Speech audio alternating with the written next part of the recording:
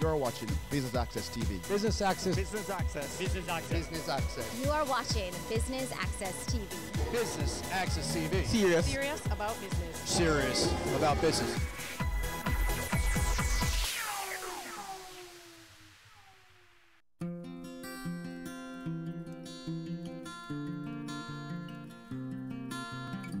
BATV is here to bring you the highlights from the 5th Annual Joan Duncan Memorial Lecture, where DK Duncan will be delivering the keynote address on political leadership, an enabler or disabler to Jamaica's economic growth. I'm Javon Keys and I'll be your host. Stay with us, much more after this.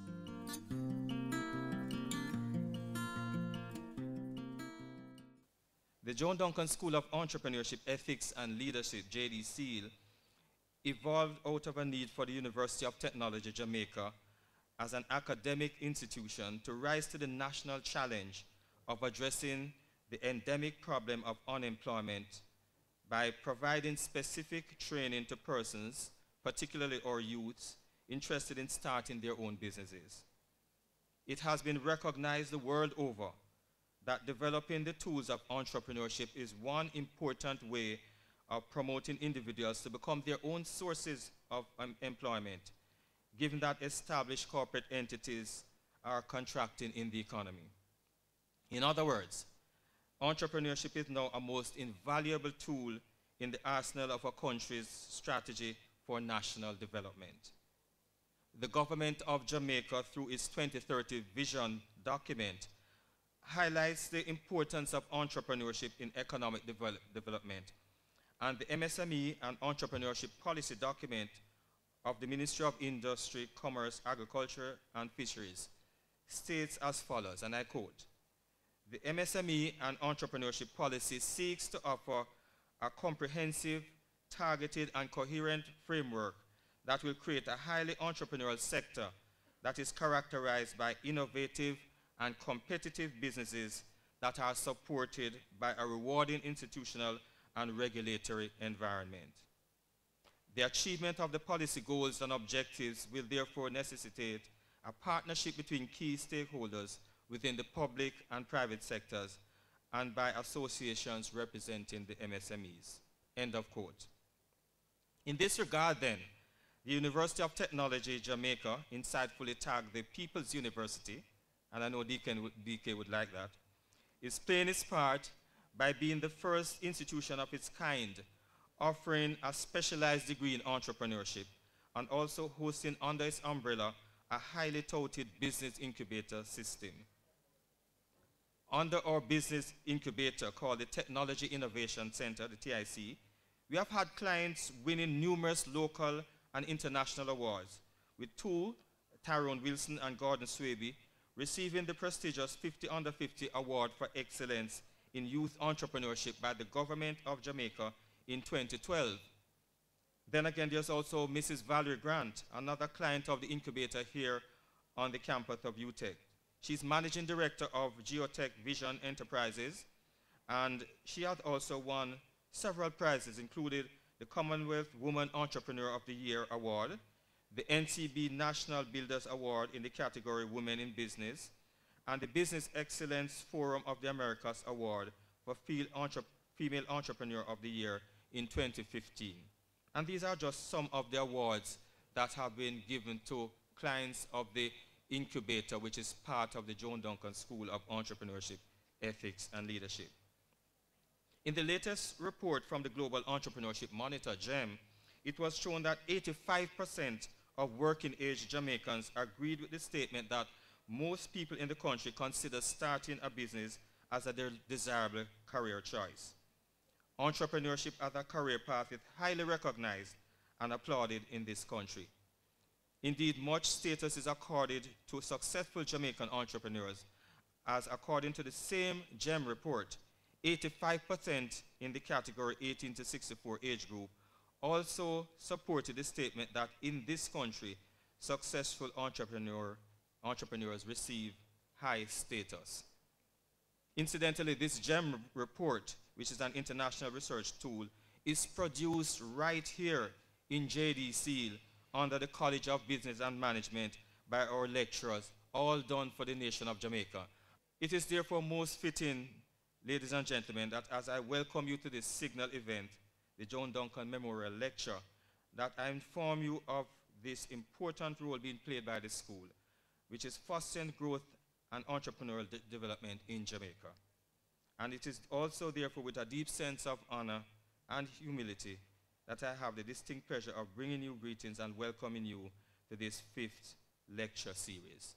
This is the 5th annual Joan Duncan Memorial Lecture, and it is in aid of recognizing the benefactor for the school, who is Joan Duncan, and it recognizes the contributions that persons have made in the field of entrepreneurship, as well as in the area of ethics and leadership, because that's the name of the school, Entrepreneurship, Ethics and Leadership. So each year we decide to concentrate on different aspects of that subject.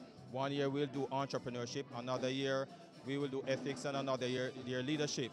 This year we're looking at the area of leadership, as I said, as part of the tripartite aspect of the school, and leadership in particular related to politics, so political leadership, and how that has affected the growth and development of our country. And of course we have the icon, Dr. D.K. Duncan, who is a stalwart in the area, who is going to dissect this subject. And of course we have a set of panelists, very qualified panelists, looking at various aspects of leadership. And that's going to be interesting. The Joan Duncan School of Entrepreneurship, Ethics and Leadership is the first of its kind in the English-speaking Caribbean, offering a BSc degree in entrepreneurship. And that's an achievement in itself. In addition, the school and indeed the university is the first of its kind too to have as part and parcel of its portfolio an incubator, a business incubator. So you'll find in the Joan Duncan School of Entrepreneurship the Technology Innovation Center, which is well known throughout Jamaica as one of the incubators, one of the first incubators in Jamaica.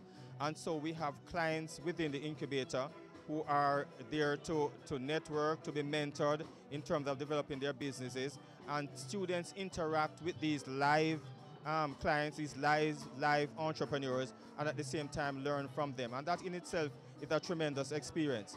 So that is the basis in terms of the school.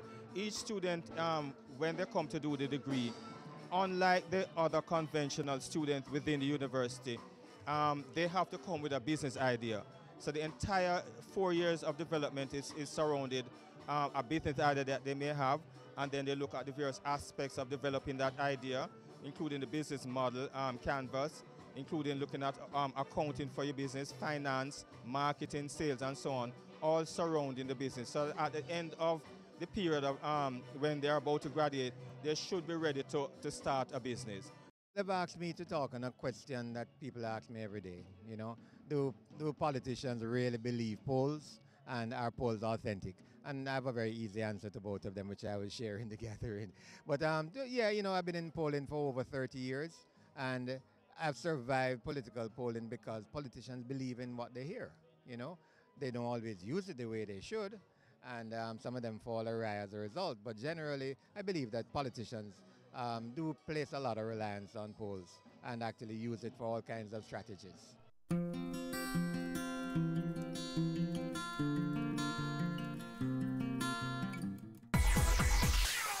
We go to a break. Stay with us. Much more after this.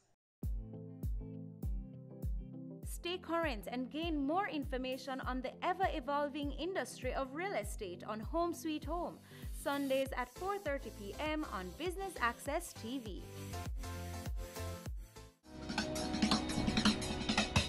Cameo brings the creative industries to life. Highlighting creatives in different fields each week. Art. My life turns art. I breathe, I eat art. Fashion. Food. Without a customer, we're nothing but four walls. Music. Film. Cameo, only on Business Access TV. Caring Hands Season 3 continues to effect change in a changing environment. Many of us were raised by grandmothers, right? So, we know the wisdom that these people have. Going beyond business. The little leaders of today are our leaders of tomorrow. And with the proper education, we'll have very good leadership coming from that. That's season 3 of Caring Hands, creating change and shaping lives, every Sunday at 5:30 p.m. on Business Access TV. Welcome back and thanks for staying with us. Let's join our presenter on stage.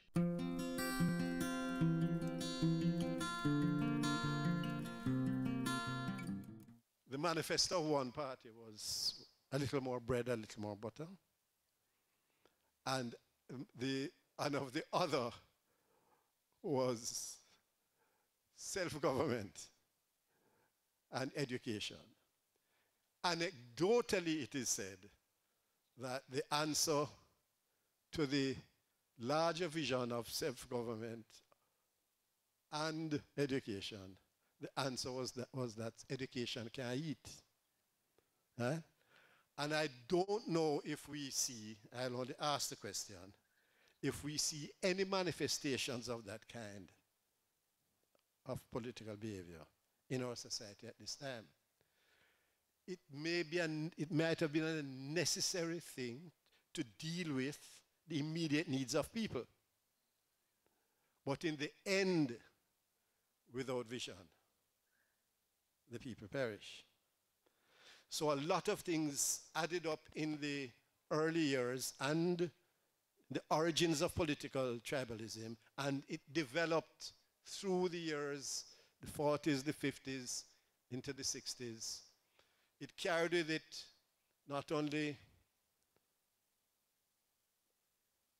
the distribution of housing in a partisan way, political violence, unions against unions, then later on political parties against political parties on election day in particular, then it spread.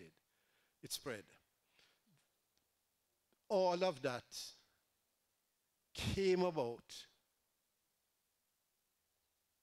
under the leadership of political leadership at the time. So we can clearly say that from time to time, the political leadership in Jamaica has enabled actions which could lay the basis for retarding growth. Because if you're going to divert your workers from the kind of behavior that is necessary for increased productivity, obviously that's a part of the whole growth matrix.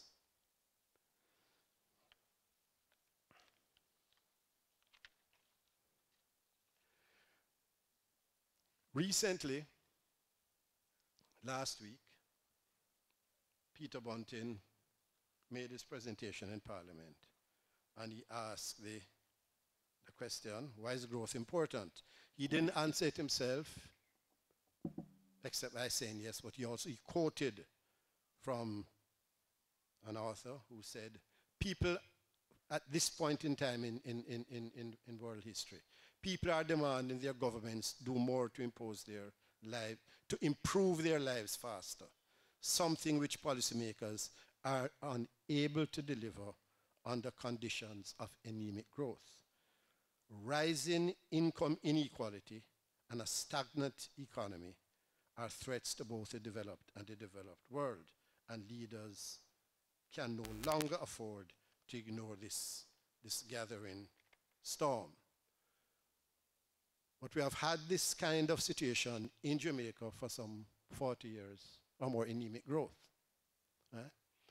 What is, I think, encouraging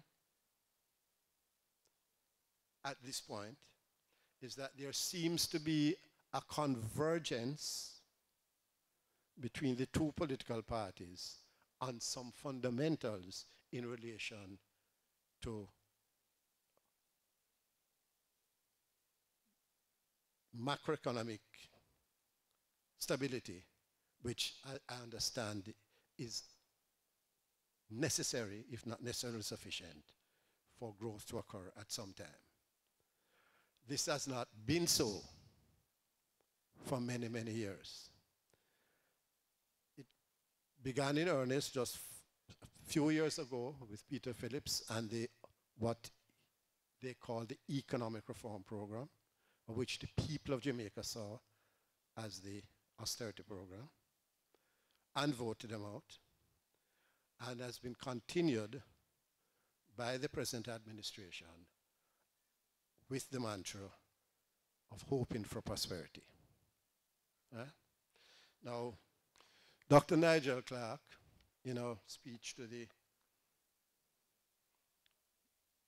at the Jamaica Pegasus last Thursday, indicated the areas of macroeconomic indicators, etc., that are not only being followed now, but were initiated in a very substantive and substantial way in the last few years. But at the end of it, he says, economic growth, however, has lagged. In the discourse and the dialogue that has taken place in the last budget debate and in the recent week or two, there has been, what has been missing from it is the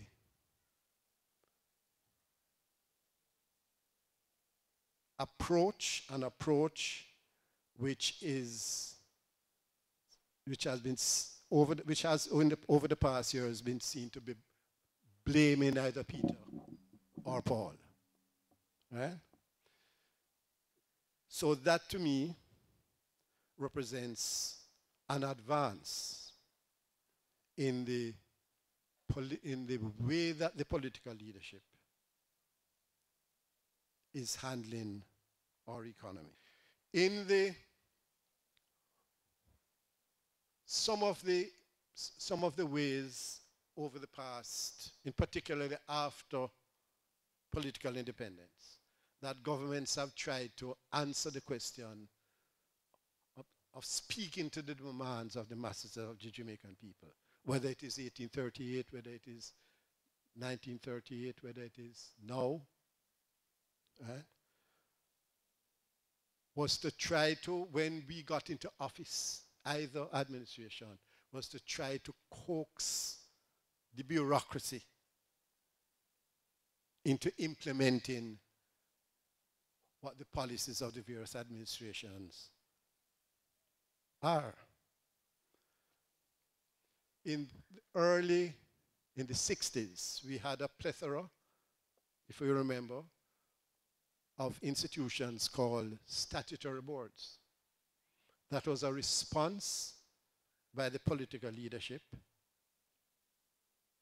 to the demands of the people for improvement in their lives, because the bureaucracy that we had inherited from the British was stodgy and didn't move very well. That was followed by things called executive agencies. Politicians themselves, the leaders, some of us who even went overboard with the appointments of aides, whether special assistants, personal assistants, all kinds of assistants, to try to ameliorate the policy delivery, the program delivery process. But those have ended up in a public sector which now is in need of, and has been in need of reform for donkey's years. I could go on and on to give examples of how our political leadership, in attempting to address the needs of the people. I don't, from my own experience interfacing with politicians, I don't accept that the vast majority of us intend to go in there and get rich quickly.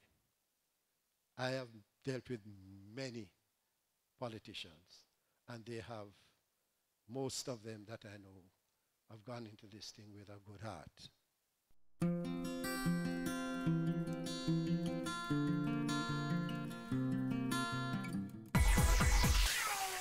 We take our final break, but don't go anywhere. We have more highlights for you after this. Go for God Family Church. Today's message is for those of you who thought that Jesus was finished. Inspiring messages. I'm here to tell you today that you are excellent. God is excellent. Empowerment from biblical motivation. To be glorified means to endow with authority. A woman is a powerful, creative being. Join Pastor Christopher Morgan and the Go for God team as we go for God. We're taking you beyond our shores, across the region and around the world. Every week, BATV gives you in-depth reporting on the major stories that gripped headlines in the Caribbean and on the international scene. Join us Sundays for This Week Abroad. Business Access TV, serious about business at home and abroad. This is Weekend Business Report. Economic windfall, unsecured loans, alleged corruption, follows the closure. If they made this investment, Brokers strive to increase revenues. He sought some answers. Financial meltdown. Here are the week's final. Here's Garth, News Roundup. Camille, it's back to you. That's Weekend Business Report with me, Keneal Gale, Saturdays and Sundays.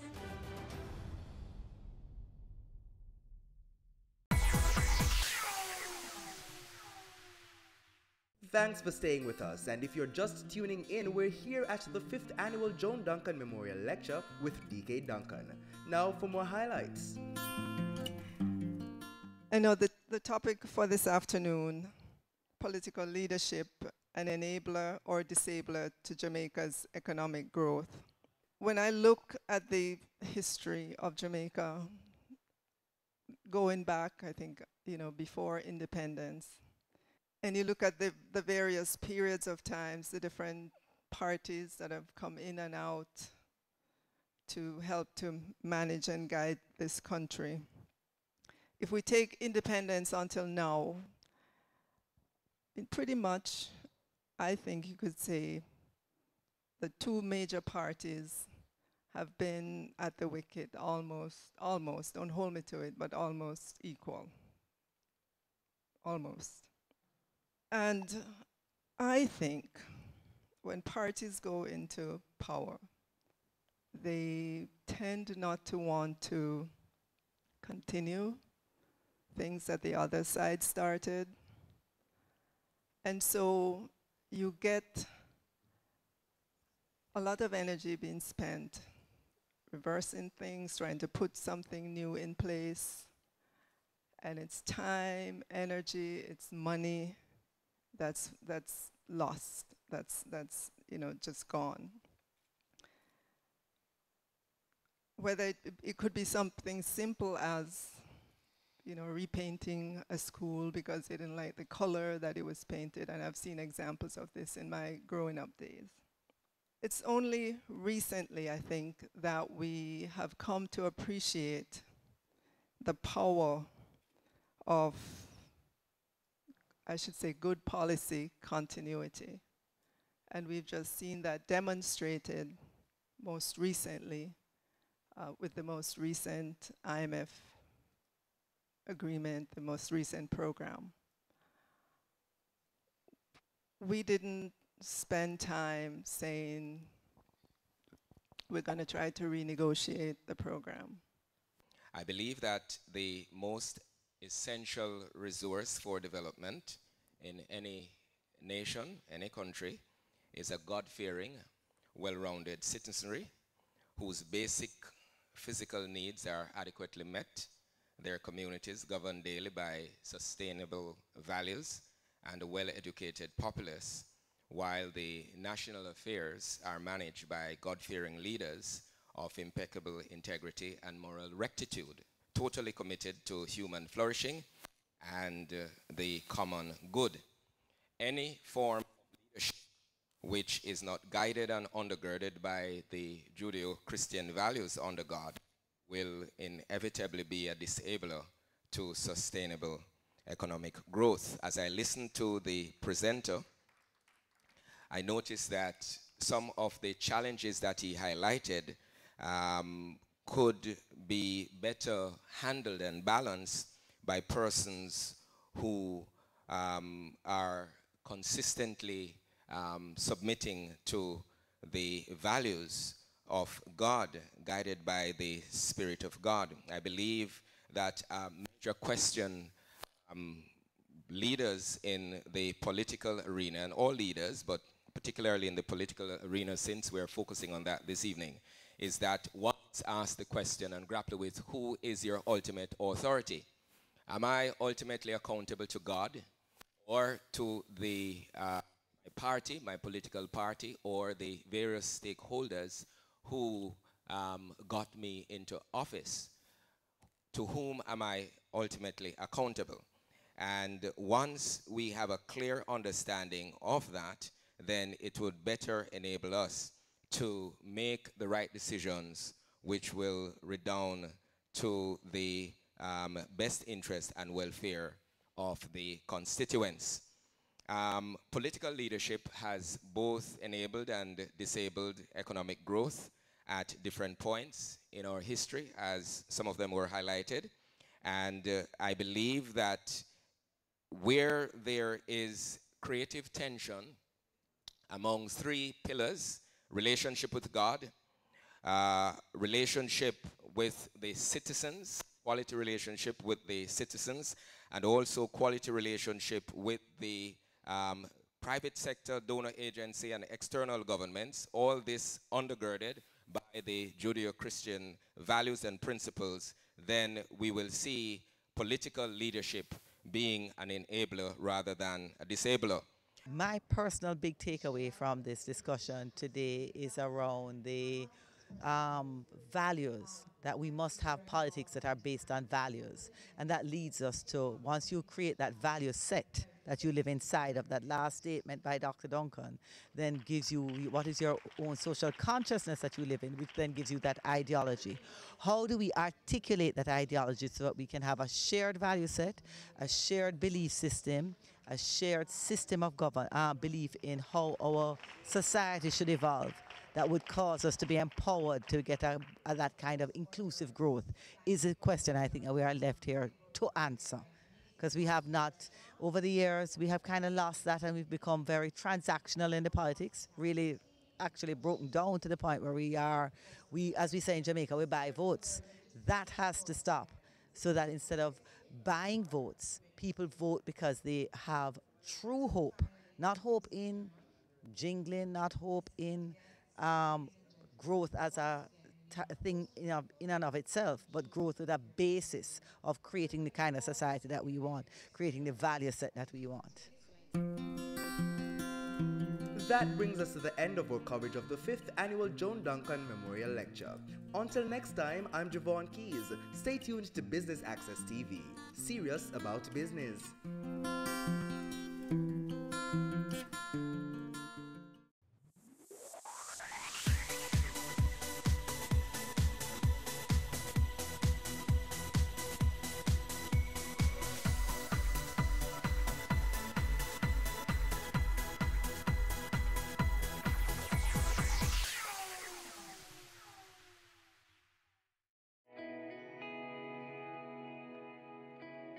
Violence against women is a violation of human rights.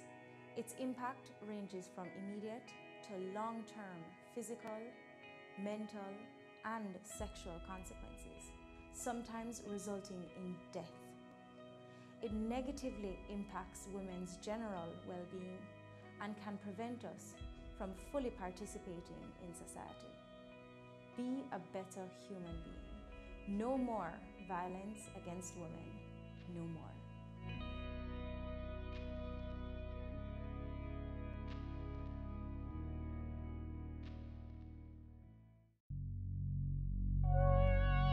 I am Shani Jajo, and you're watching Business Access.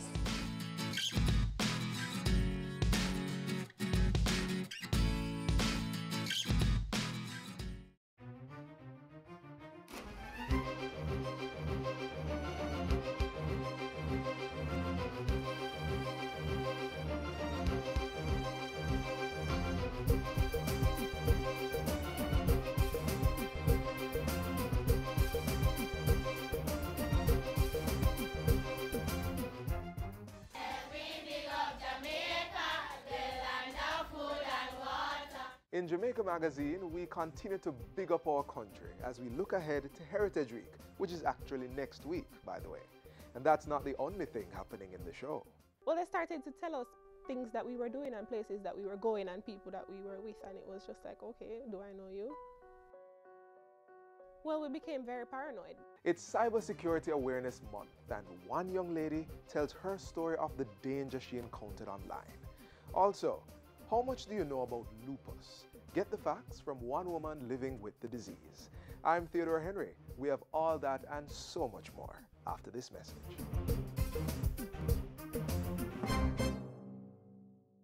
Come out and support Jamaica's Sunshine Girls as they compete in an exciting international test series. Jamaica will compete in a week of competition against Trinidad and Tobago's Calypso Girls, followed by the England Roses. The countries compete at the National Indoor Sports Centre on Arthur Wint Drive, Kingston 5.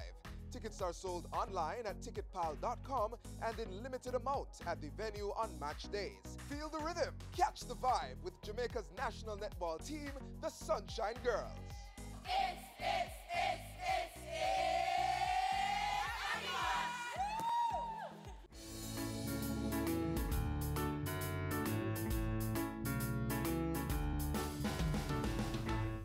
Ku, part of speech, verb, origin, Jamaican, meaning look.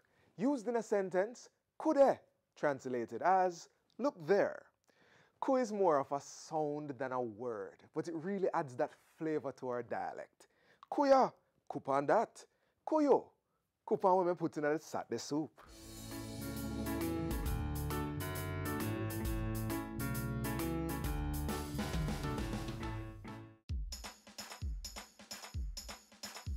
We want a productive Jamaica.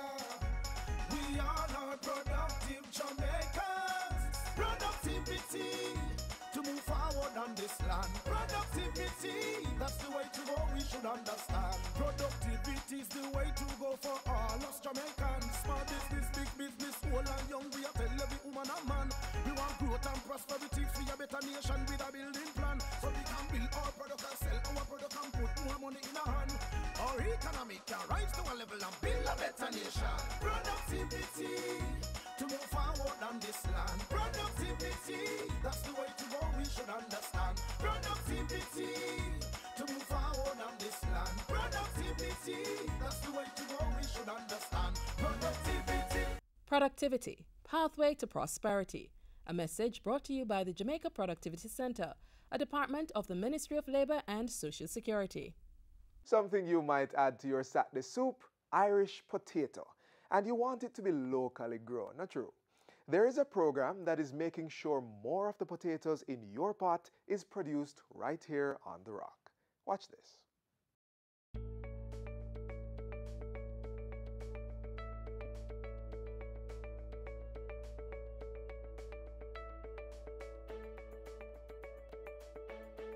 We have the temperature, we have the good soil, we have experienced farmers, we have the technical staff from RADA.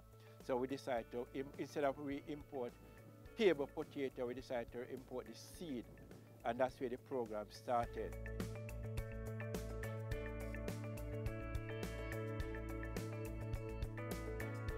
We go across the island in the Irish potato growing area and we conduct what is known as potato sensitization meeting, where we give the farmers a theoretical experience of what is expected of them, how to grow, how to take care of your Irish, and the ultimate return. For this season, we have conducted 18 sensitization meetings, and over 4,000 farmers have attended these meetings. The National Potato Program is good for the country, it's good for us. And I believe the government should continue. At the sensitization thing that I went at Christian, it was good to know that the government was in the act of actually assisting farmers and providing a way where farmers can get loan or same way they can get potato assistance. What I get there was when the minister asks us, the farmers, say if you plant 1 acre last year. Try and plant 2 acres this year in Jamaica. So that is my goal.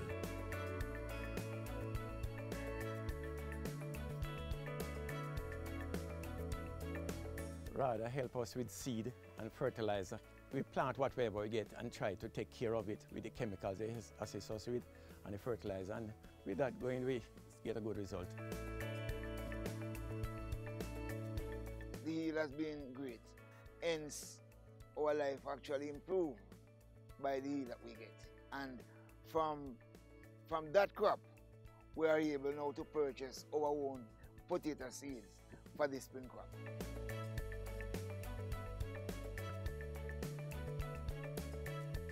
The RADA officers tell us how to prepare land, when to start to prepare land, because the preparation is really key to this Irish potato thing, you know. So you start prepare from early, and by seeds come, all land supposed to finish plow by that, and just ready to maybe cut your drills and plant.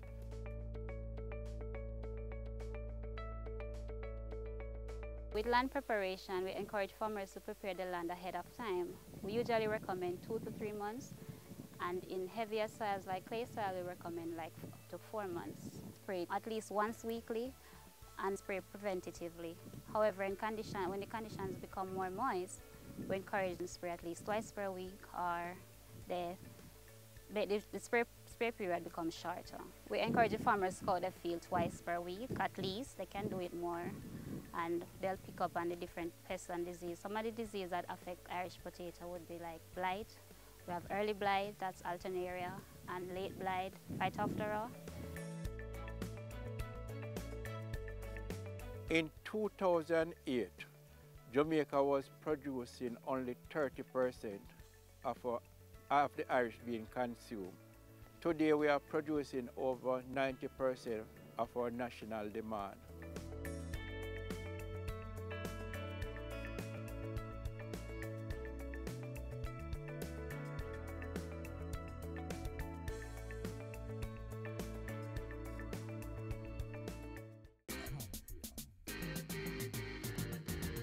Stand up and get in the race. I can become the master of my destiny. Step up your stride, make we work like a harder. Do it like Veronica, more than a supper. We can rise above the challenges and shine. Was with passion in your heart. Make a plan and stop all the idling. You think I saw? We reach out the edging. I can, you can. Like our Olympians, every Jamaican can. And now, flavoring today's show, a dash of heritage from the mouth of babes, reciting a piece from one of our cultural icons, Miss Lou. Shine up your shoes, girl, brush your hair, give clothes and body plenty care. Mind your manners, don't forget, howdy and thank you, no brock, no square. Howdy, how you do? Thank you. Thank you. Beg your pardon, excuse me. Practice up your courtesy. Practice up your courtesy. Practice up your courtesy. Me wings them broke, me courage fail, bad breeze blow up on me hope. Me walk out all the Chinese shop, but not a washing soap. Soap must I say, if hearts face by can't go foreign land, if mums can't go on holiday, soap must can't take vacation. Guinea gold, gone go look for sunlight. White soap gone a fairyland. Rainbow gone a heaven. Down to blue soap gone on vacation. Aki skin and ashes is me dirty clothes them only hope. For me here put to the tell Jane say they make good washing soap. She said fi make the clothes and ashes soak in the tub and rub on the aki skin. And so you rub and so you scrub. Me have to try out everything. Me can't sit down and move.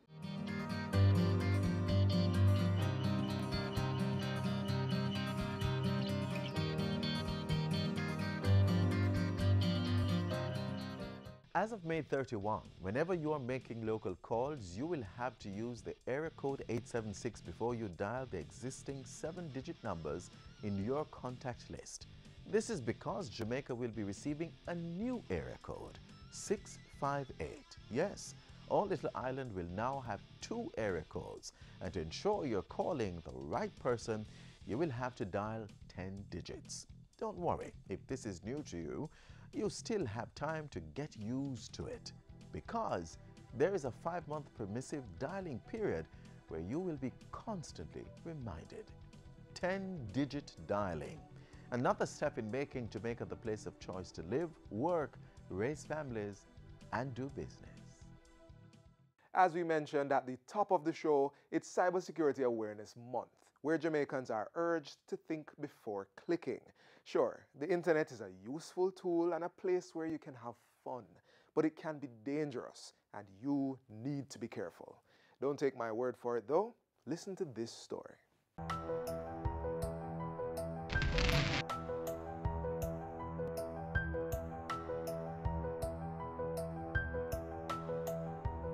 I'm Tony Anlati, and I am a victim of cybercrime. It started when my friends and I were in school, and we all received a friend request from a weird name. We didn't know who it was at the time, but because we all got the friend request, we figured more likely it was a real person, so everybody accepted this person. Wrong move. So everything was fine in the initial stages, but maybe like a week or 2 after everybody accepted the friend request, some strange things started to happen. They would send us messages, sometimes individually, or they'd send the same message to everybody just to see what kind of different responses we would have. And it was very weird, to say the least. But then after that, it's like they upped the ante a little bit to start. Well, they started to tell us things that we were doing and places that we were going and people that we were with, and it was just like, okay, do I know you? Well, we became very paranoid. It's sensitive information that this person is telling you, it's places that you never really announce it to people that you're going here. So when you see somebody send you a message to say, oh, you're here with this person and this person, you start to look at your friends now like, it's you, I know you're playing with me. You just talk the truth and let's move on. But it wasn't any of them.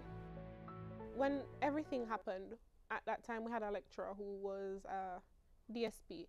So we started to get advice from him, asking, what to do, and at that point he told us that the best thing to do is stay as safe as possible, and so we started to leave school extra early. But we sort of just took matters into our own hands to try and find the person ourselves. We Googled how to trace IP addresses, and that's how we found out that the person who was doing this was actually a member of the school community, or they would be attached to the school Wi-Fi at the same time that we were at school. Eventually, it stopped because we made an uproar about it in spaces where we suspected the person was. So we began to speak very loudly about it. We let them know that we would be pressing charges and we'd go out with a bag of things. We didn't know who the person was, but we figured more likely that they heard us loud and clear. To this day, we don't have a definitive answer as to who the person was. Yes, we have our suspicions.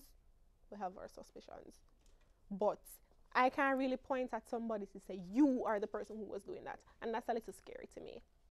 Looking back now, I think we all would have been much better off and a lot less paranoid if we kept ourselves to ourselves and only added people on social media that you know for a fact are your friends. If somebody doesn't have a profile picture, that's probably not somebody that you want to share your information with. To everybody else, I just say be very careful on social media, because things and times have changed and there are some people out there with really malicious intent. So you just have to be very, very careful, be observant, be vigilant.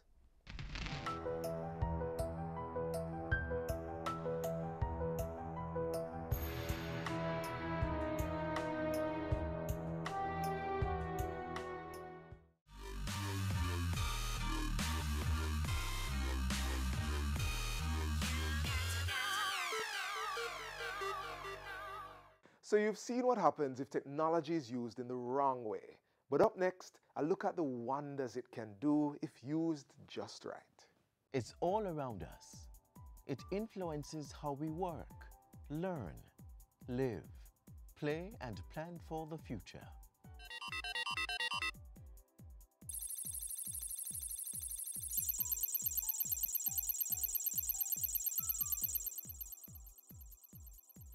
GIS is the short form of Geographic Information System. It's a computer-based system built to capture, store, manipulate, analyze, manage, and display all kinds of spatial or geographical data.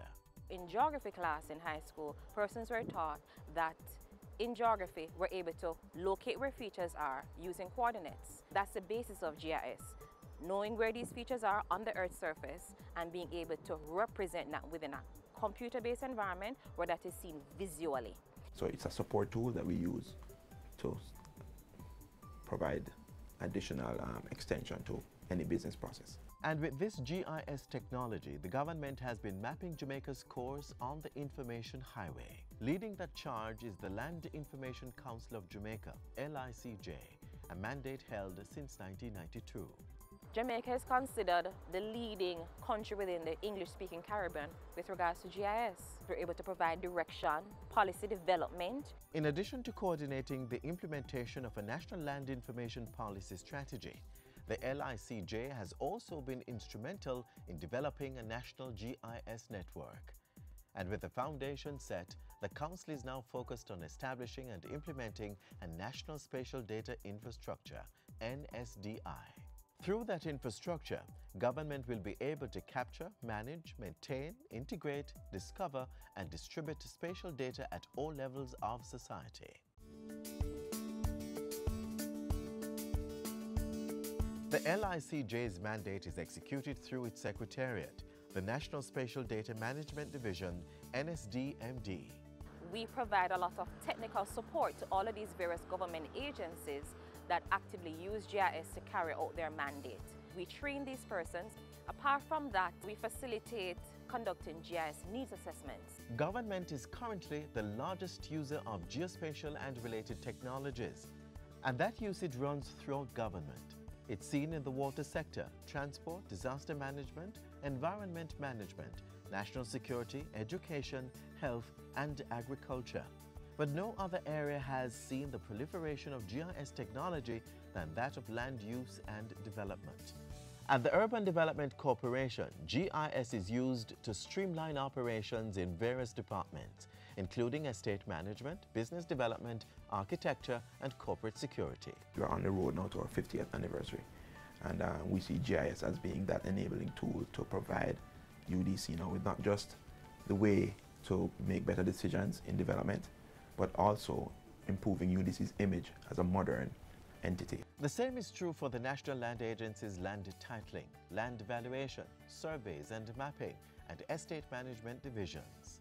A lot of the business processes that exist within the different divisions have GIS tied into it. So for example, there is no way that somebody can, at present, acquire a new certificate of title without some work happening on the GIS end. The National Works Agency also uses GIS in project planning, land acquisition, and location analysis. Everything that we do has a spatial component to it, and it's hard to deny that GIS is going to play a role in all of that. Cost savings, greater efficiency, faster decision making, improved communication, and better record keeping are all derived from the use of GIS. And the private sector also has been getting in on the technology. Increasing GIS nationwide is also a focus for the LICJ and the NSDMD. To facilitate this, the government has signed an enterprise license agreement with the Environmental Research Institute. That agreement has been a game changer. It has allowed us to be more efficient, in terms of accessing the data and using it to provide more information and to engage also with the public as well. What it does is open up a whole new world. So there are almost no limits to what we can do with GIS and improving the way we handle our spatial data as a government. Public awareness has also been heightened with the GIS Day during Geography Awareness in November. That observation has been staged annually since 2003. In 2017, with the LICJ celebrating 25 years groundbreaking work, there will be a 2-day GIS user conference in October. The conference will focus on national security for sustainable development under the theme Geospatial Technologies, Mapping Our Way to Secure Communities. As we strive to learn more about each other and the world around us, there is no doubt that GIS is the most practical and beneficial tool in this process. As Jack Dangamond, co-founder of the Environmental Systems Research Institute, said, GIS is waking up the world to the power of geography, the science of integration, and has the framework for creating a better future. We invite you to learn more about the GIS User Conference by visiting the webpage at gisuserconferenceja.com.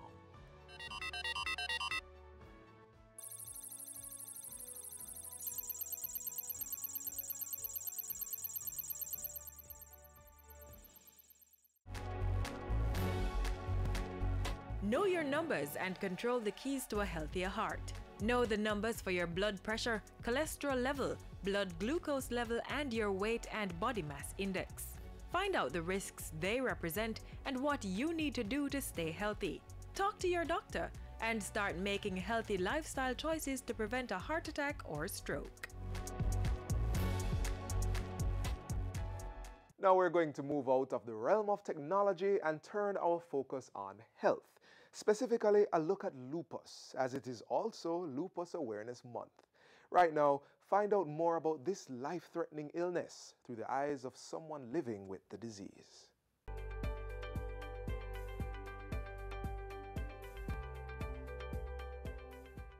I was diagnosed with lupus in 2008, but from my own knowledge of what is happening, I must have had lupus all my life, as it were, because I've always been having symptoms.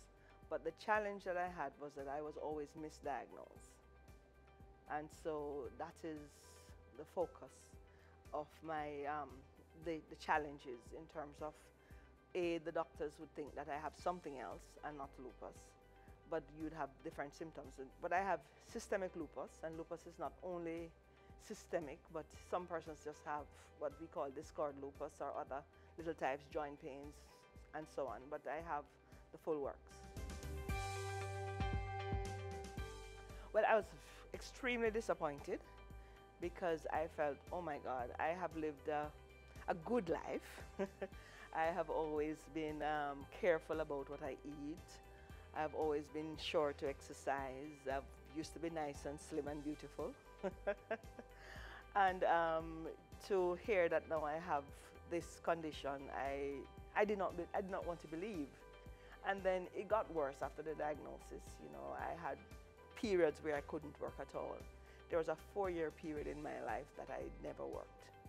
I just couldn't work. I was just always sick. I was always in hospital. Sometimes I'm in intensive care, sometimes I am unconscious, sometimes I'm all kinds of things. So it has not been a very wonderful ride. In 2014, I became, my kidneys stopped working. So I was now in renal failure. And it means that I now have to go to dialysis. So there were days when I would just be so weak. My blood count, that's HB, would fall to a very low level. I had to get blood. I had to look at what I eat. I had to look at how much I do. I had no energy most times. I couldn't do anything. I just had to lie down in my bed. So just different things. You couldn't walk sometimes. Sometimes I can't talk clearly. Sometimes I can't see. Sometimes my hands are so sore and I can't use them. Sometimes just different things. My lungs would fail. Different things would happen. So I've been through the ropes. Mentally, it was devastating because I feel that that's not supposed to happen to me. So I went through that period. I actually went through a period of severe depression. I was just so depressed. I could not help myself. There were days I just cry and cry and cry. And part of that too is the medication that I take. Some of the steroids make you depressed. And then you look into the mirror and you look at yourself and say, who is this? I don't know you. Can I tell you, I have learned to love life and to live. And that is what is important to me. Each day counts. And I believe that I should live each day to the fullest. With lupus, there is this uncertainty. I don't know when I will be unconscious again. I don't know when I will die. But I am going to maintain the quality of life, and I'm going to have a good life, and I'm going to live. I have good family support. My husband is extremely supportive, my son. So I have them. And I have good friends. Good friends, the saying goes, good friends are better than pocket money. Then there's also the Lupus Foundation, which is important. There is a support group there. There are excellent rheumatologists there who will provide advice and help and care and just information. There's a whole host of books and tapes and all kinds of things that you can get information from. There is also the website that you can look at and get information as well. I've actually gone for job interviews, and I know I don't get a job not because I'm not qualified, but because I have lupus. So employers need to understand that people living with lupus can actually contribute and, you know, make adjustments. There are days, for example, after dialysis that I will come to work a little bit late, but I will work later to make sure that the time is there. I have learned that.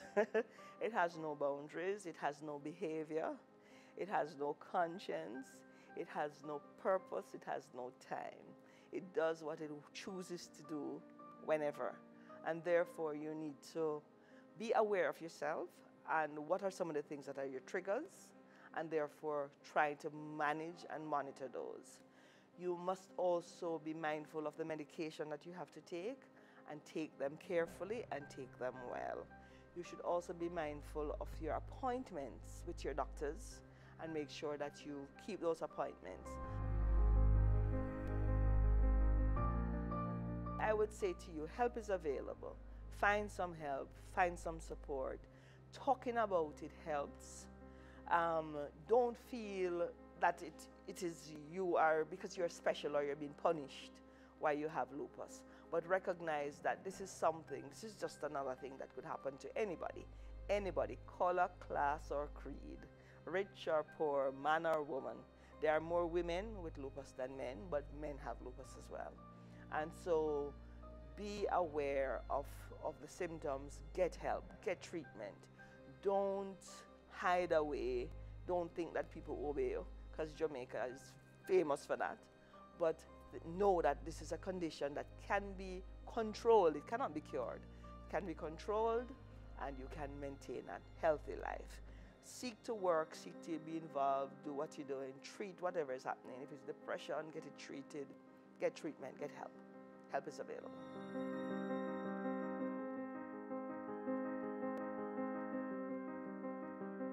To learn more about lupus, contact the Lupus Foundation of Jamaica via their website lupusfoundationjamaica.org or 754-8458.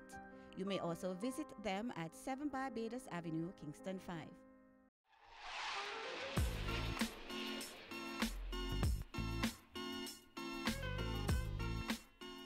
And that's it for today's edition of Jamaica Magazine.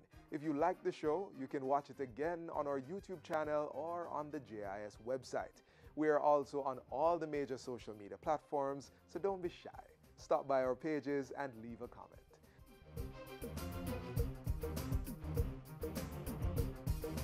This has been a production of the Jamaica Information Service, the voice of Jamaica. I'm Usain Bolt, the fastest man in the world, and you're watching Business Access.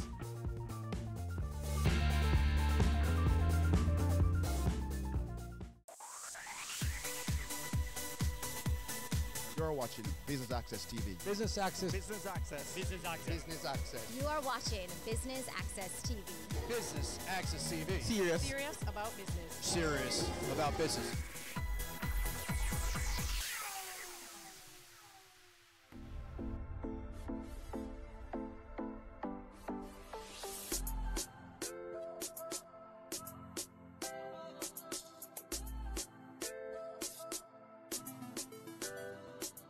Business Access TV is here at Expo Jamaica 2018 under the theme Advancing Breakthroughs. With over 300 displays here, there's lots to see and taste. Now please stay tuned. I'm your host, Amita Pasadweb.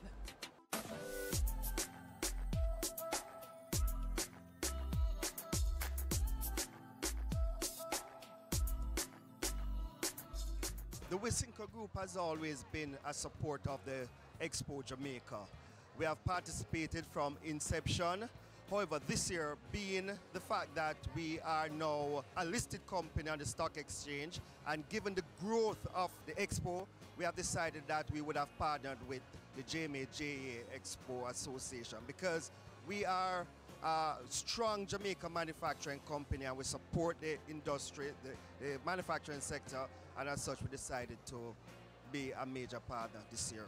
Wisynco, being a major manufacturer, will always support them SMEs, right? SMEs are employers of the largest group of people in this country, and without the small and medium-sized enterprises, the economy will not grow. So based on that effort, we decided that we are and will always support the SMEs. The JMA and the JEA are two iconic institutions here in Jamaica.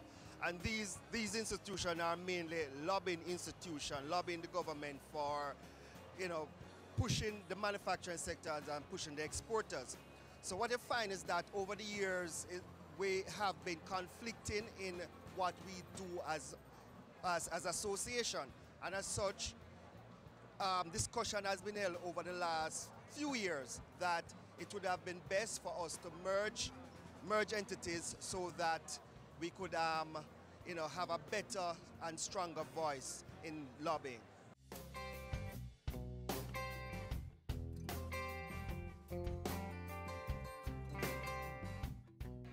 Urban Orchids JA provides silk floral botanicals for spaces that need beautifying all year round, for spaces also that don't get enough light. And there are a lot of us who cannot take care of orchids, so this is a viable alternative for that. We also do succulent plants. These are small plants that can hold in the palm of your hand, and they're beautiful. They are realistic and they look and feel real. For half the cost, basically, that's what we do. Expo has been amazing. There has been a lot of networking, and it's been promising for us so far, and it's definitely something we'll do at Expo 2020 because it has been a good experience. Expo Jamaica helps small businesses to network with the larger businesses who may help in distribution and providing supplies for smaller companies. We also get to meet mentors, and we get to experience, events that will bolster us into the market of supplying to larger companies. You can find Urban Orchids JA on Instagram at urban_orchids JA. That's urban_orchids JA. You can contact us at 473-2723.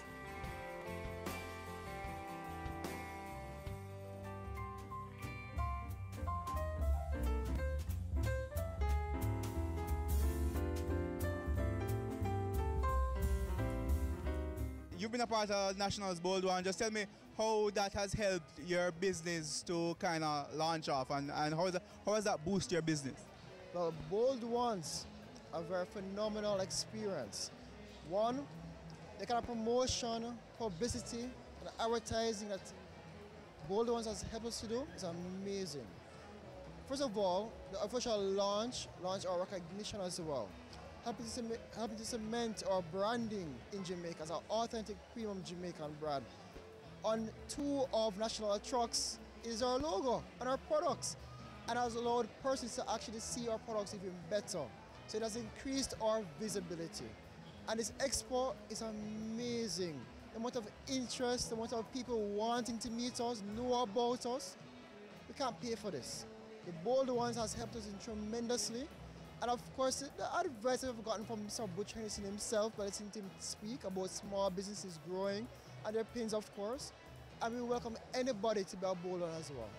All right, tell us a little bit about your company. All right, so Shavuot International was formed in 2014. We employ over 20 people from the inner city community of Winterspen, Spanish Town, or GC Foster. And we also produce all natural, authentic, premium Jamaican products. From herbal teas, the cinnamon, the cerasee, the peppermint, the turmeric, your ginger, and the sauce up, and your moringa, and the sauce up moringa, to a very fine, the punch and a kick. Scotch bonnet, pepper powder, scallion powder, thyme powder, and our famous Jamaican black castor oil. And Jamaican black castor oil, the moringa oil, all can be found in Fontana's, all beauty stores, as well as all major retail outlets. From the General Foods, to the General Ones, to the Shoe Shops, to Progressive, to Shoppers Fairs, all to the Highlows and the Mega Marts.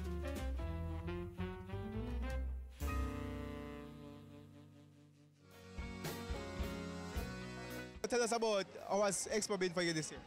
Expo 2018 has been very exciting. First of all, we are very appreciative to be included as part of one of the bold ones once again. So it has given us the opportunity to expose our brand to the Jamaican market. And again, we are getting a very enthusiastic response. I think Jamaicans are beginning to see that there are a lot of good new products being developed, a lot of good young entrepreneurs putting out good products. How significant has it been for your business to be a part of National's Bold One? And talk to me about how has National helped to boost your business? Well, by being included, they have given us certain, infrastructure and sponsorship supports. But again, just the recognition from a company like National, it gives you a lot of encouragement. It also gives you a certain level of acceptance and credibility in the market, because these are companies that, have been reviewed and have been deemed, to be worthy upcoming companies. Not to say there aren't many more, but, as one of the bold ones, it gives us a certain advantage. All right, quickly, just tell us a little bit about your product. Well, Belcourt Blue Mountain Preserves, all natural, gourmet products made in Jamaica, all natural. So we don't use any artificial colors, flavors, ingredients, preservatives. These basically are my wife's recipes. She has developed most of them. She is a cook, gardener, and foodie in the family. So you could say she is the inspiration for this brand, and you could say I am sort of the perspiration for the brand.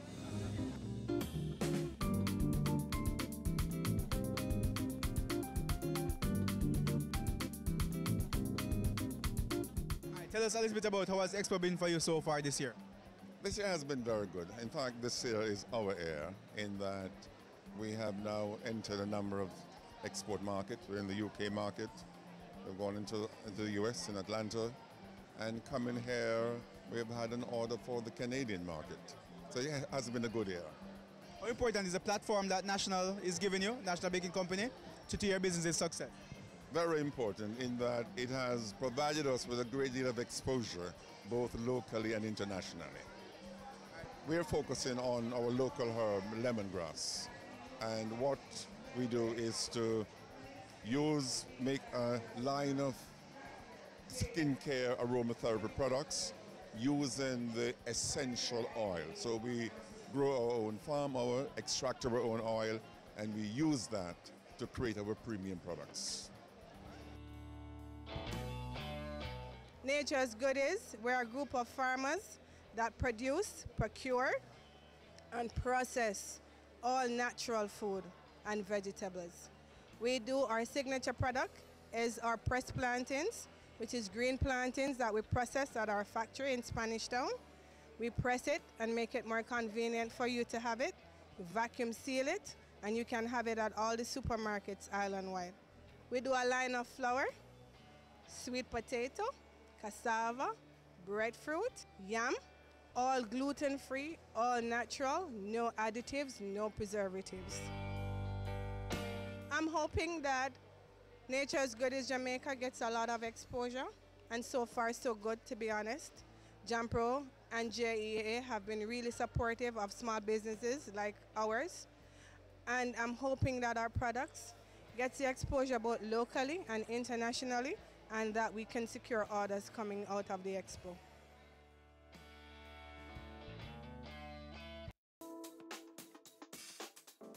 I think Expo in general helped to expose and to market the domestic manufacturers. Today we're proud to be part of it, not only for the benefits that we will achieve as a company, but also for the promotion of the institution, the Jamaica Manufacturing and Export Association, that actually develop and promote this expo, but equally also for Jamaica. So we can showcase to Jamaica and to the world some of the good things that are taking place in the manufacturing industry here in Jamaica. We in general believe it's a great idea for both institutions to merge. Start with the fact that what JMA then promoted was primarily manufacturing, may it be in the construction industry, in the agriculture industry, in processing, or just about every industry. And what JEA obviously promotes is export, the export of the same product. So a merger of both only expand the organization, create great opportunities for export and manufacturing to consolidate and work as one in order to achieve the greater benefits of both production and export. Finally, not only will the merger promote greater production and export, but also in terms of both institutions, we should begin to realize more efficiency and, of course, some level of savings from the merger.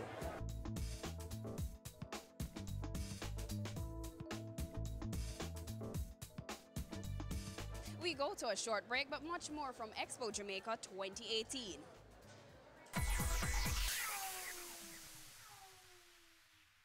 Business current affairs you can relate to. Frank, credible discussion. On Point with Kalila Reynolds and Dennis Chung. Dissecting the issues, offering solutions to Jamaica's challenges. On Point, Thursdays at 8 p.m. on Business Access TV.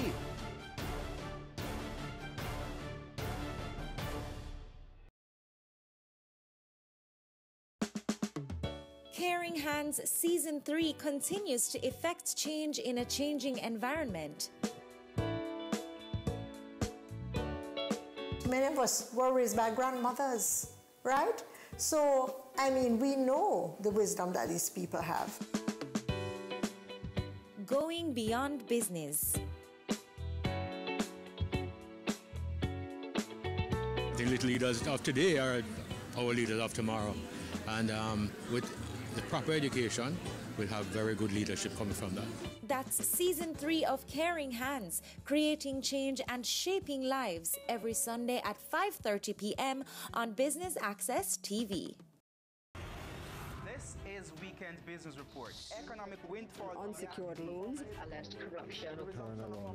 Follows the closure. If they made this investment. Brokers strive to increase revenues. He sought some answers. Financial meltdown. Here are the week's final. Here's Guard.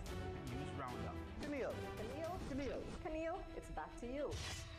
That's Weekend Business Report with me, Keneal Gale, Saturdays and Sundays.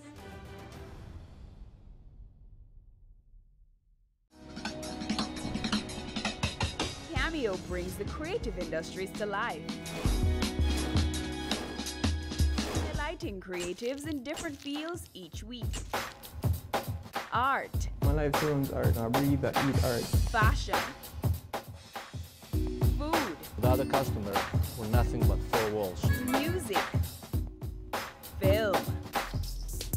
Cameo, only on Business Access TV.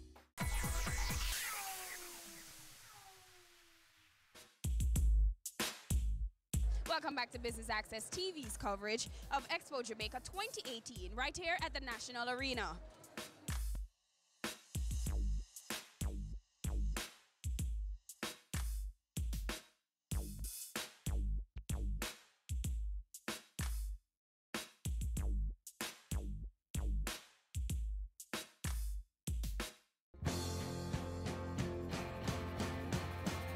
So at the Expo this year, CMU is showcasing additive manufacturing, also known as 3D printers or 3D printing. We've brought over a couple of our printers from the laboratory, and we've been getting a really great response of people actually, they've never seen a printer, so we have been demonstrating our 3D printing technology here. What role do you see this having in Jamaica's manufacturing industry? Well, I actually spent 15 years in industry as a manufacturer. I worked in the digital factory at Siemens. And what I saw in that big company was that 3D printing is really the way of the future.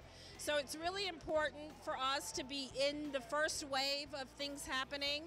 And so Caribbean Maritime University is really just trying to play its role to develop our people, to give them access to this technology, because it's state-of-the-art technology that's being used in industry today. All right, talk to me about CMU's role in helping to move the country's economy forward. So Caribbean Maritime University, we are attaching ourselves to industry. We think that, you know, playing a big role in trying to educate our students so that they can be really great contributors to the nation's development. We have a couple of really strategic areas that we're focused on: logistics and supply chain. Obviously tying ourselves to the big logistics initiative, the logistics hub that we're trying to contribute. We also have a state-of-the-art industrial automation training facility that will launch later this year, which will give students and people the ability to access the latest technologies that are being implemented inside of industry. Just as our 3D printing, additive manufacturing is the latest technology. So CMU is really trying to enable our nation, position our people, our human capital for the future, and to be able to grow our nation and contribute to the development of Jamaica and the region, actually.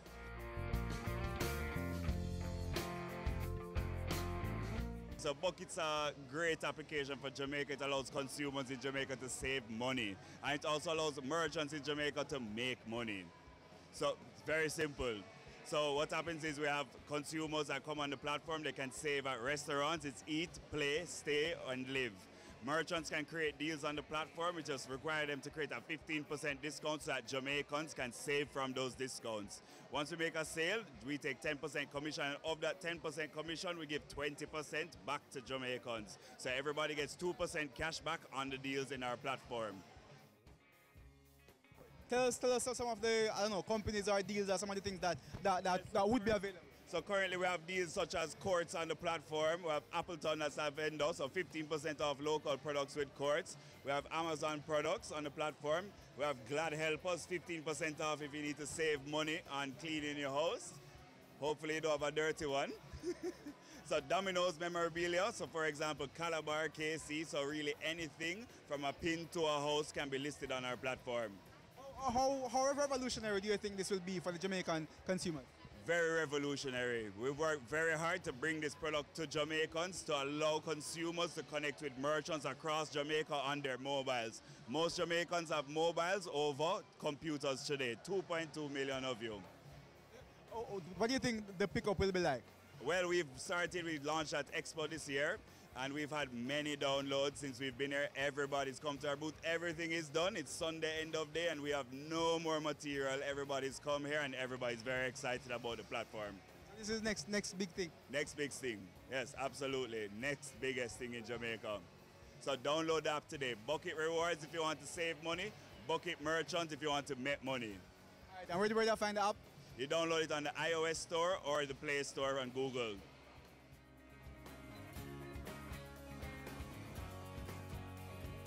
Well, this is the first time we've actually come to this, because I saw it advertised before and I was quite interested to come.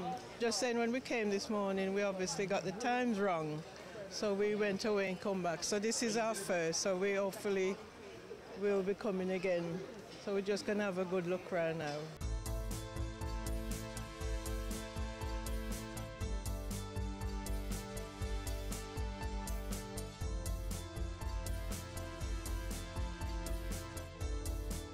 As a manufacturer, we are on two fronts. We manufacture our water, but at the same time, we also manufacture our bottles, and we are exported.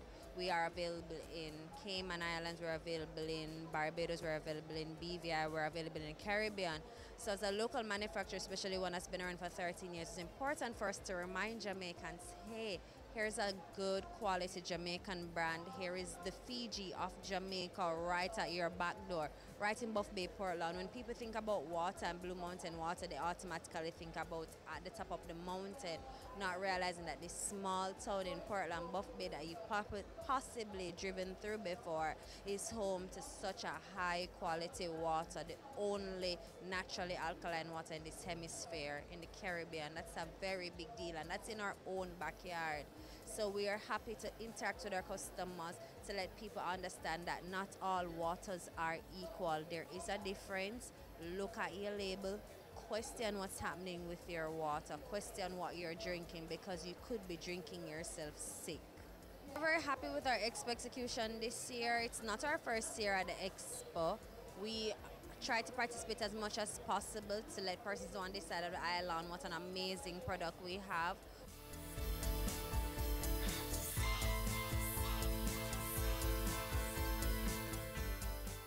A show like this for all size enterprises is useful because the attendees are buyers from multiple countries. For this year's show, there are 26 different countries represented, and you have local consumers. Consumers like to come to this show and see what the manufacturers are offering. So whether you're small, medium, or large, it's a great opportunity to showcase your products. And what is nice about this year's show is there's an area next door that has a lot of small companies featured, and I see them scattered around the main show hall, but over there, really good. At the show here for Tortuga, the kind of buyers that would have been here that interests Tortuga would be hotel buyers. So apparently a lot of the hotels sent representatives on Thursday, and we had lots of meetings with them to move the business forward. So it was useful in that regard for Tortuga. And just me, I'm observing consumer interaction with the brand. A lot of Jamaicans don't realize that the majority of Tortuga products, the rum cakes, are made here in Jamaica at 9C Retirement Crescent, Kingston 5. And people need to remember that if they want to take a piece of Jamaica to give to a friend or family overseas, Tortuga rum cake is a good choice. Detox is a natural drink. We have the moringa, noni sorrel, guava sorrel, Powerman, hard driver, product of Jamaica. Experience of Expo 2018 is a awesome one. It's the first time being here, and it's wonderful, it's excited, it's a joyful excitement towards me, and I will come every time they have Expo. Jamaica, it is here for a small business. It's growing, and I can tell you, it's an experience that everyone should come here. Even whatever you are doing, it's an experience for you to come, even if it doesn't be a part of it, but learn about it so the other time Expo come, you can be a part of it. And that's what helps you to push your business a little further across the world.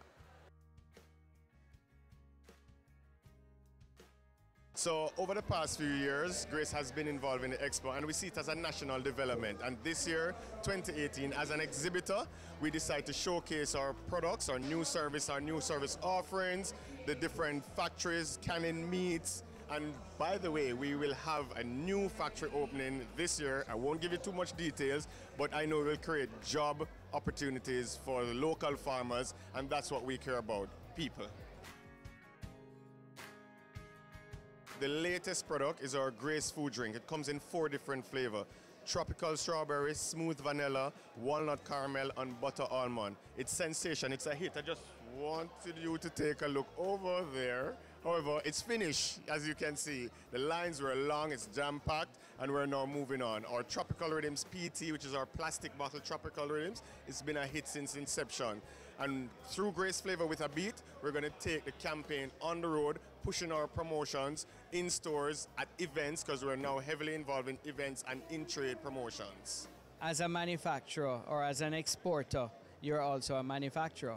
So I think with the merge of the JMA and the JEA, it's bringing together a much larger size lobbying group to be able to grow the industry, grow the exports, grow the manufacturing industry, and to be able to lobby government to ensure that we have, and we don't want anything free from government, you know, what we're saying, or from the taxpayers of this country. What we want is an environment that we can operate to be able to grow, so we can grow this economy, because they've tried everything.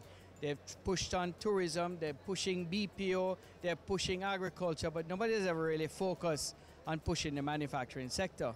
And we're just going about it in our own ways. And what needs to be known is that the manufacturing sector, and I have no bones to tell anybody, plain and straight, that we are second to bank in the financial sector, which is the first in the amount of tax. They pay about $55 billion in taxes. The manufacturing sector pays just about the same much, maybe a tad below it, but we're going to beat them very, very shortly. So it is a very important sector. Manufacturing creates wealth in a nation, creates higher scale paid jobs, creates foreign exchange earnings, because you're now reducing imports by producing locally made products and making available locally made products to the industry. So it is a win-win for everybody. And what we want is government, opposition, and the people of Jamaica to realize the importance of this sector to grow in this nation. And we've done everything, but we haven't been able to get the growth. Let's focus on those industries too, which are very important: tourism, BPOs, and agriculture, very important. That linkage needs to be created and grown, but the manufacturing sector is a main industry that's going to carry this nation. We've been carrying it for a very long time, but nobody realized how important. I mean, $55 billion, second to the major taxpayer of this country, which is banking, is now second in line to banking in terms of taxes. That's a big, big, huge sum that they need to look at and pay very strict attention to. I believe the merger between GMA and JEA is actually a very good thing. I think that there are natural synergies between the two companies, and I think that there are tremendous cost-saving implications. And the merger, to me, would just create a stronger organization. For my company, what I would want out of that merger is just ease of doing business, actually, you know, greater facilitation with doing businesses, especially export business, you know. I think that the GMA understands the manufacturing side of our businesses, and the JEA understands the export side, and where those two can collaborate to help me to fine-tune my business activities. I really look forward to that, and I believe they would be able to deliver that. A one-stop shop is always better than going to multiple places.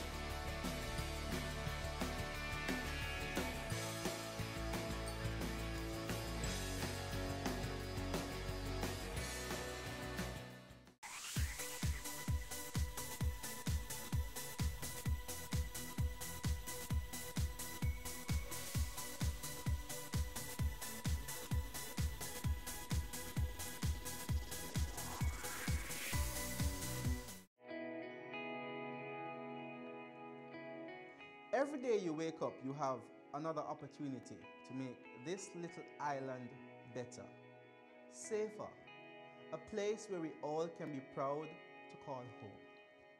It's time we all recognize that every little thing we do has an impact on the Jamaica we live in now and the country we're leaving for our children. So promise me this, promise yourself this: no more will we tolerate criminals, even if it's our relatives. Tell them they're doing something wrong. Tell them to stop. Tell them no more robbing our children of the Jamaica they deserve. Tell them no more crime.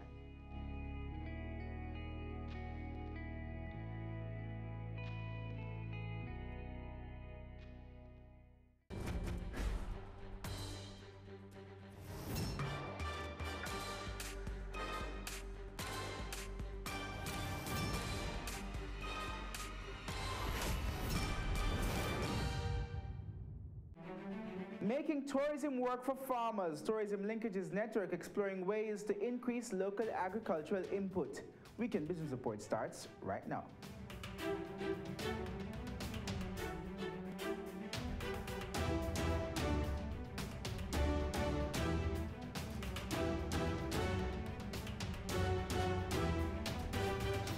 Hello and welcome to the show. I'm Kenil Gale. Thanks so much for joining us this week. Chairman of the Tourism Linkages Network, Adam Stewart, is encouraging more hoteliers operating in Jamaica to form linkages with local farmers as one way to have more stakeholders benefit from the island's tourism product. We'll have more on that in a bit, but right now, here are some of the top stories BATV News brought you this week. The Jamaica Stock Exchange, JSE, is outperforming the world again. That's according to Bloomberg News. The well-respected financial news outlet notes that the JSE has had the largest percentage of growth over the past 5 years, compared to about 90 other index markets around the world. Javon Keys has the details. Globally recognized business and finance news source Bloomberg has placed the Jamaica Stock Exchange amongst the world's best performing equities markets for the last 5 years. In a news story published Wednesday, Bloomberg said that the JSE has amassed the largest percentage of growth over the period, growing by 233%. That's compared to some 90 other equities markets worldwide. This 5-year rally or continued growth of 233% sees the JSE leading by leaps and bounds. The closest to the local stock exchange was Vietnam's Ho Chi Minh Stock Index, which grew by 86%. That's followed by a 73% rally in the S&P 500 index. For 2018, the JSE's benchmark index has gained 19% in dollar terms and is expected to continue to grow as a result of the monetary reforms which have been taking place, such as reduced interest rates and reduced borrowing as part of the current IMF program. Meanwhile, Finance Minister Dr. Nigel Clarke says Bloomberg News' declaration that the Jamaica Stock Exchange was the best performing financial market in the world is testament to the country's stabilized and energetic economy. Jamila Maitland has that story. Earlier this week, Bloomberg News ranked the Jamaica Stock Exchange amongst the world's best performing equities markets for the last 5 years. That's compared to some 90 other equities markets worldwide. The respected financial news outlet says the Jamaica Stock Exchange has amassed the largest percentage of growth over the period, growing by 233%. Finance Minister Dr. Nigel Clarke says that's independent evidence of Jamaica's economic performance. That's not measured in Jamaican dollars or in Trinidadian dollars. Measured in hard currency, the best performing stock market in the world over the last 5 years. There's no better investment, i.e., in the world over the last 5 years than investing in the real economy of Jamaica. The minister says the government seeks to bring more stability to the economy. Earlier this week, Parliament approved an increase in the country's supplementary budget. Capital expenditure has doubled over the last 2 years, from $32 billion in 2015-2016 to $60 billion this year. And after the supplementary budget that was passed by Parliament on Tuesday, to $65 billion this year, a doubling of capital expenditure. And it's through capital expenditure that we're able to improve service delivery to the public and improve quality of life. He described several impacts of the government's economic reform program. The impact of the economic reform program has been broad-based. It has improved poverty, it has improved employment, it has improved access to mortgages, it has improved inflation, which all affect, it has improved public service delivery, and it has improved social support. Those are things that affect people, that affect individuals on the ground and improve quality of life. After being shelved for some 14 years, the construction of the Maxfield Park Housing Development Project will begin next March. Some 210 housing solutions are slated to be constructed in the community. Prime Minister Andrew Holness broke ground for the project earlier this week. Here's more. The project, which has an $850 million price tag, is expected to be completed by 2021. Prime Minister Andrew Holness, who has the responsibility for the National Housing Trust, described the groundbreaking ceremony as long overdue. The project was conceived over a decade ago, as was pointed out by the Leader of the Opposition. It is a sad commentary on the process of our bureaucracy that it is taking so long to have it come to this point. But we are here and we are grateful and we are thankful. Opposition leader and member of parliament for the constituency in which the project is located, Dr. Peter Phillips, underlined the importance of policy continuity. This, he said, will result in the development of Maxfield Park as one of Jamaica's ideal communities. It's part of an integrated community development, which includes a sporting complex, upgraded schools, health center, worship facilities, and community facilities. And so it's been a long time. I think I should say that it's reflective of the fact that the bureaucracy takes a long time, too long, and oftentimes is insensitive to the plight of communities such as these. But I'm very happy. Meanwhile, Chairman of the National Housing Trust, Lennox Channel, explained that the development will not only feature houses, but businesses as well. There are 194 housing solutions, and there are some shop units which will have houses on top of them and so on, which makes it 210 solutions. But in terms of families, you can put multiples, maybe 3, 4, onto that 210 into the 600 to 800 range. That would benefit. Moving on now, Tourism Linkages Network Chairman Adam Stewart wants more hotel chains operating in Jamaica to follow what the Sandals Group has done and source most of their agricultural produce right here in Jamaica. WBR sat down with Adam Stewart recently. Giving more farmers the opportunity to access markets in local hotels is a major mandate for the Tourism Linkages Network. One way it's trying to achieve this is through the creation of an app that links farmers with purchasers in hotels. We've created technology for the farmers that goes into real time. You know, here's a hotel that needs to buy. Here's a farmer in St. Elizabeth. The issue that we've always had is connectivity. So we created the AgriLinks Exchange, working with RADA, where the farmer can literally put information live to say, I have 500 pounds of watermelon, and here's my quality. And the purchaser in the hotel can say, I know where to get that now. There were some skeptics. People said to me as a chairman, you know, farmers can't read and write. And I said to them, create the digital platform, and if they can't read or write, their children or their cousins, I said, make one economic exchange take place, and you watch how fast people find a way to put it together. And it has been phenomenal. The technology was written by a Jamaican entrepreneur, genius Jamaican entrepreneur. So we said, here's what we need.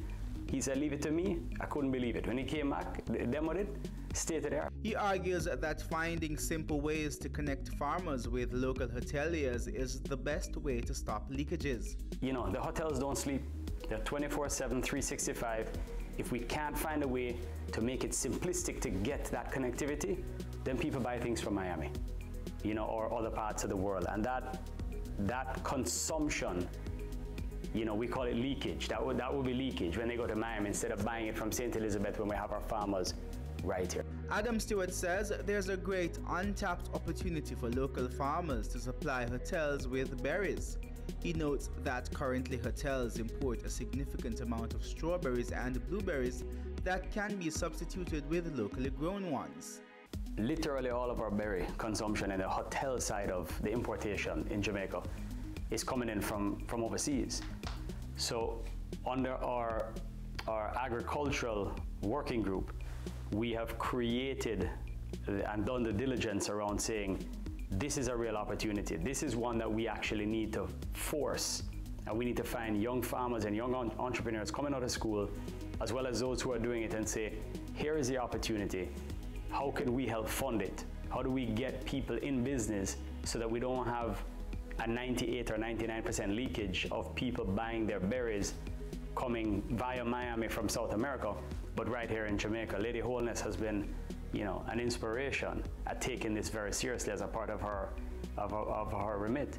And the council pulled in 5 young farmers and have put all the framework together to get this going. But you know, it's agriculture.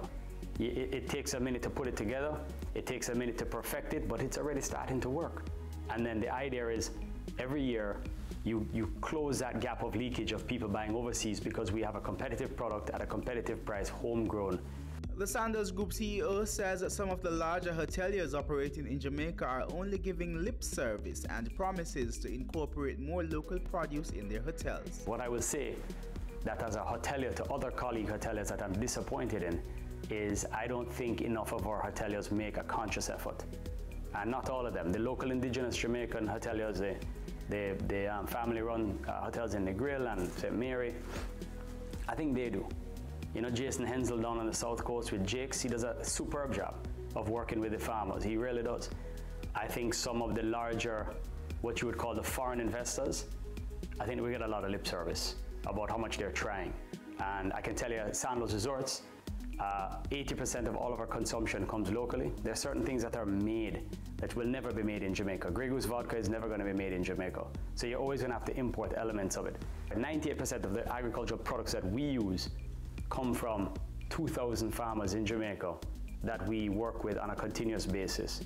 Sandals runs the highest standards of any all-inclusive chain anywhere in the Caribbean, and if it works for Sandals, it can work for anyone else. The quality is there, the consistency is there. It does take more coordination than clicking a button on your computer and ordering it from Miami. You know, Miami is convenient, but this is what linkage is about. He says Jamaica has a unique opportunity through tourism to invest in farming to help grow the agriculture sector. We get a lot more lip service than we deserve. I think Jamaica has the opportunity. In other islands, they have nothing to grow. Many of the other islands, they can't compete, or they grow bananas, you know, or they have 1 or 2 crops. Jamaica has the works, and we've come a long, long way. Things like, you know, cherry tomatoes that are hydroponically grown that you couldn't get years ago, you can get them here. Specialty products, zucchinis, etc. Entrepreneurs have gone into business, and if you seek it out and you make a conscious effort and it's not lip service, you will find that literally your entire basket of what you need to run an international hotel today can be consistently found in Jamaica, and the farmers deserve more credit. Company news comes up next. Then later, riding the tsunami wave, we'll tell you how a massive ship ended up in the middle of a small fishing village. Stay with us.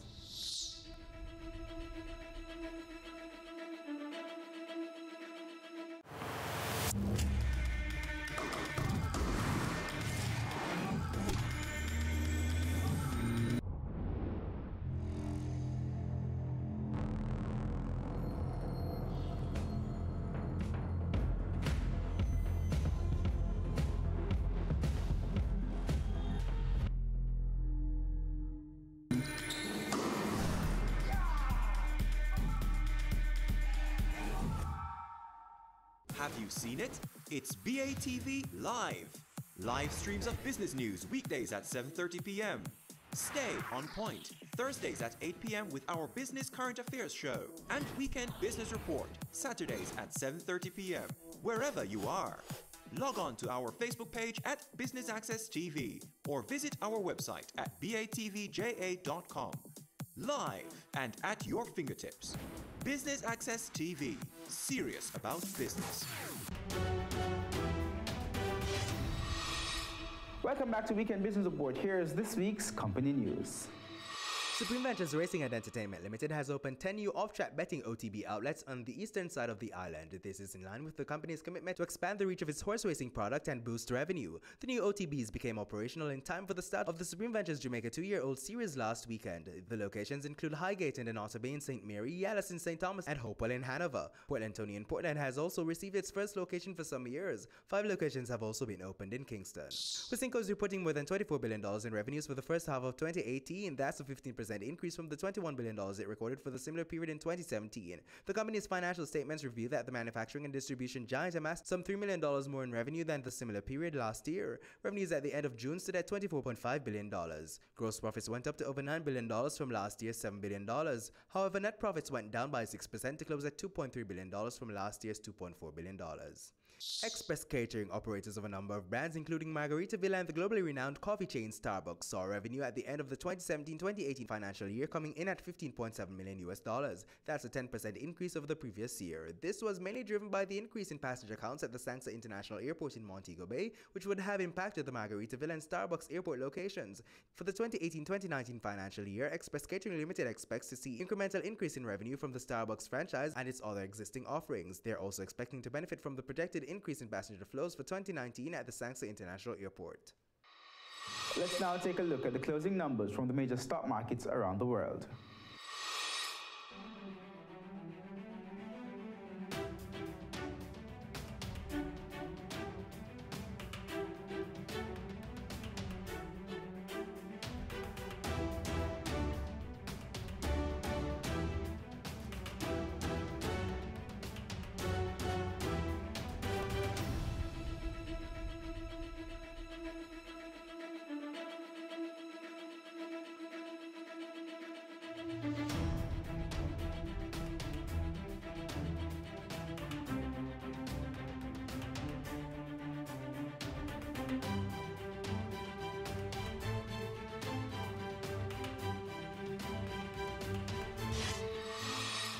When we come back, more of the week's top stories from the BATV News Desk, so stay with us.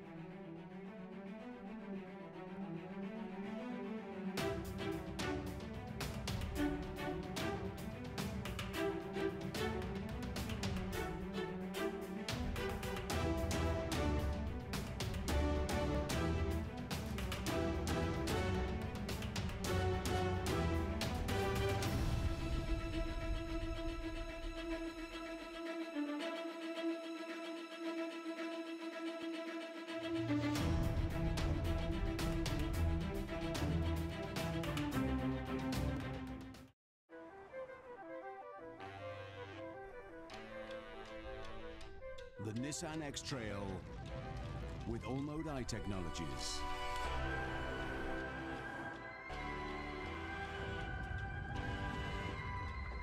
No matter what the road throws at you,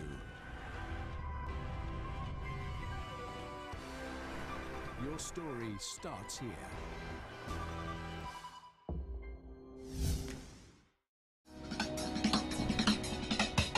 Cameo brings the creative industries to life. Highlighting creatives in different fields each week. Art. My life turns art. I breathe, I eat art. Fashion. Food. Without a customer, we're nothing but four walls. Music. Film. Cameo, only on Business Access TV. Welcome back to Weekend Business Report. Former Managing Director at NISOL, Carolyn Warren, appeared before Parliament's Public Administration and Appropriations Committee, PAAC, on Wednesday to answer questions about a controversial contract awarded to Peak Energy Solutions. More in this report. Members of the PAAC questioned NISOL's former Managing Director Carolyn Warren about the fact that the organization under her leadership awarded a contract to Lenny Gordon as consultant for the installation of solar panels while he was still Managing Director at the Nationwide News Network. That was in April 2017. 3 months later, a company called Peak Energy Solutions was established to carry out the installation work. PAAC members became concerned after it was revealed that Lenny Gordon, the consultant, was the principal owner of the company that received the contract to carry out the installation. There was no formal contract, and the fact that Lenny Gordon was her former boss when she worked at Nationwide News Network raised eyebrows. Mr. Gordon I recommended Mr. Gordon. was contracted to do scoping and developmental works in relation to the solar systems to be provided through the CAP project. Having done that, he formed a company. After that, yes, I think like 3 months after. Right, and the company was formed to now execute solar systems. Yes, throughout Jamaica, yeah. Yes. Not just for NESA. Yes. The contracts, which were totaled for more than $21 million for 19 sites, were to be completed by Peak Energy Solutions. So far for Peak has been paid 12.5 million or thereabout. I think they're owed 9-point-something million. So they're above the threshold. Oh, hold on. They're not above the threshold because they were done extension by extension. Separate sites. So we did not get everything from USF at one time. BATV News checked the National Contracts Commission of Jamaica to find out whether Peak Energy Solutions was registered, a mandatory process to qualify for government contracts. But it was not. PAAC members demanded the procurement documents, citing that the contract surpassed the $2 million amount, which required a procurement process. Mrs. Warren sought to explain why procurement wasn't done. Your question of why Peak and Peak alone, when Mr. Gordon did the first three, Universal Service Fund was totally satisfied with what they got. During that time, when one was done, at the same time we were trying to find other persons. We were not successful, so Mr. Gordon just ended up doing those. Mr. Chairman, please, that response is totally unsatisfactory. And I tell you, what was the process used to engage Mr. Gordon and subsequently Peak Energy? Directly. Mr. Gordon came on board anew in April. What was the process of engaging Mr. Gordon, who by the records subsequently become the dominant provider of these services to these many 19 sites? Biochemist Professor Errol Morrison says the government's policy against sugary drinks in schools is a good initiative. However, he's taking issue with the message that's being sold in the media. Sashana Small tells us more. The sugary drinks that are now being attacked, excellent approach, but needs some tweaking to get the message right, scientifically sound. But how should they be tweaked? Well, Professor Morrison says sugary drinks are being branded as the sole cause of certain non-communicable diseases, and this is not true. What we want to get across to the people, and I know what the media is trying to say, but it is coming across that sugary drinks cause diabetes. For the last 100 years and more, that question has been discussed, debated, investigated, and studied. And the answer is no. However, he did acknowledge that sugary drinks cause obesity, but he emphasized that this happens when it's consumed in excess and not accompanied by any physical activity. Young children in the more well-to-do neighborhood, they are being dropped at the gate from the cars. They have had breakfast, they are assured of, other meals for the day. For them, that bag juice is unnecessary and could be problematic. I want these messages to say that. But you can't knock a sugary drink in a child going to school hungry. That sugary drink, 50% of it, remember that, 50% of it goes to help the brain to function. Meanwhile, clinical nutritionist at the University of the West Indies, Susan Suarez, says the key to understanding these ads is to pay more attention to the wording. The ads that have been going out, if you really look at the wording carefully, it says sugary drinks causes obesity, and that's from the excess energy that you get. That, as Professor Morrison said, if you take in more than your body is using, then it will contribute to obesity. But if you look at the ad, we say that obesity can lead to illnesses like diabetes, NCDs, things like tooth decay in children. In the meantime, Professor Morrison says this policy change should also be accompanied by mandatory physical activities in schools. Palace Resorts is expanding its operations in Jamaica with a $250 million investment. The luxury hotel brand says it'll be building 750 new rooms. The investment will also include upgrades to the town of Ocho Rios. Here's more. Palace Resorts has been operating the luxury all-inclusive Moon Palace Jamaica Grand since 2014. They're now investing in their second major hotel in Jamaica following the purchase of rooms on the beach in Ocho Rios. And the Mexican hotel chain says it's also committed to redeveloping the town of Ocho Rios. They've partnered with the Urban Development Corporation UDC to create a master plan for the town. This will include a pier with a multitude of dining options, a renovated public beach, a boardwalk, snack bars, as well as a sand-based soccer field field and an open aircraft market featuring local artisan items. The company says the construction of the new property and the expansion and development project in Ocho Rios will create an additional 3,500 jobs for Jamaicans. Managing Director of Moon Palace Jamaica, Cliff Reeder, says the planned redevelopment of Ocho Rios will elevate its presence and foster tourism and economic growth. When we come back, an exclusive look at the damage left behind by the massive tsunami in Indonesia. More WBR after this break.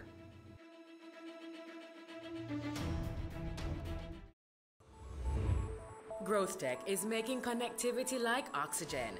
Wherever you see the Growth Tech free Wi-Fi, feel free to connect.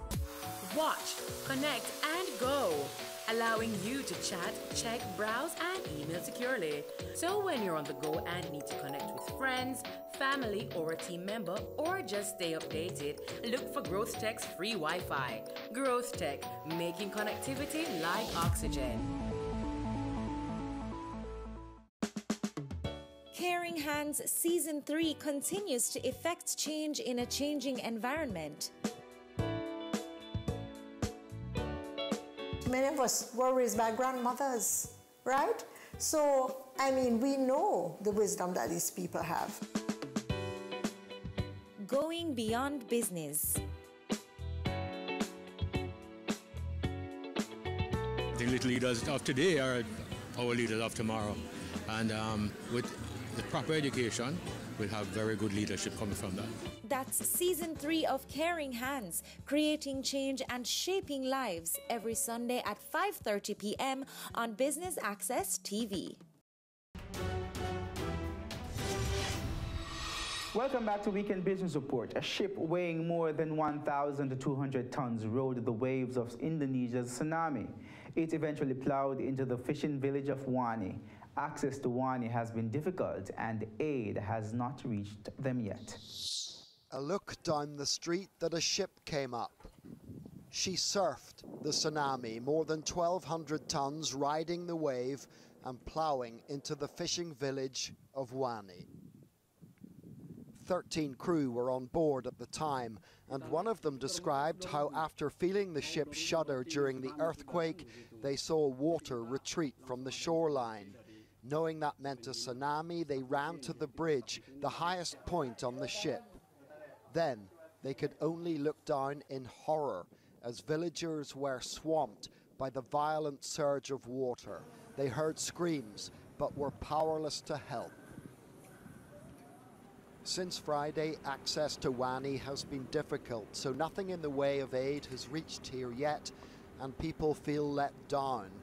Whatever help is at hand in the disaster zone, it always seems to be destined for somewhere else.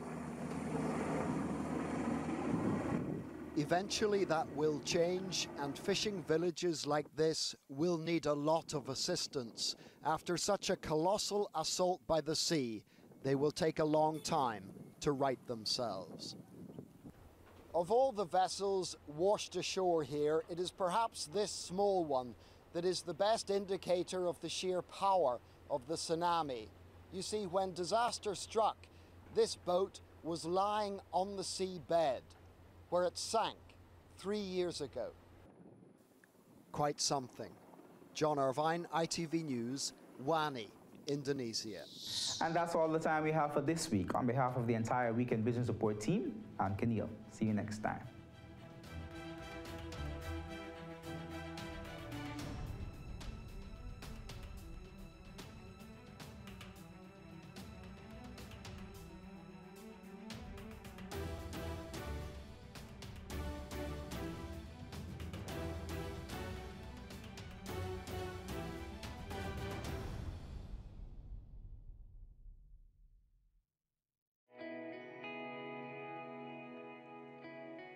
Every day you wake up, you have another opportunity to make this little island better, safer, a place where we all can be proud to call home.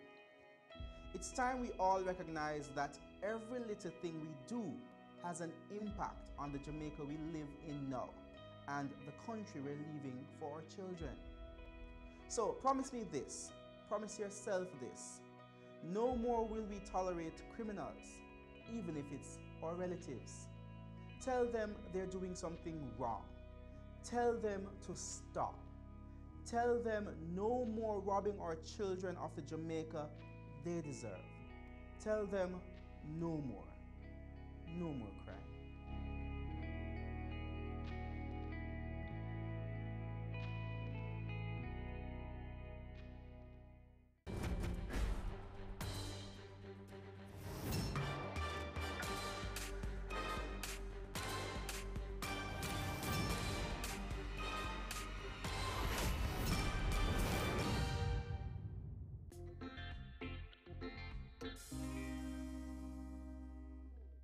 On this week's episode of Chill Spot, we'll be in the company of Kesia Johnson-Vaughan. She's the Marketing Manager of Programs at Scotiabank Jamaica. She'll be sharing with us one of her favorite hideaway spots. It's Jake's Hotel, Villa and Spa right here in Treasure Beach, St. Elizabeth. So don't go anywhere, you won't want to miss it.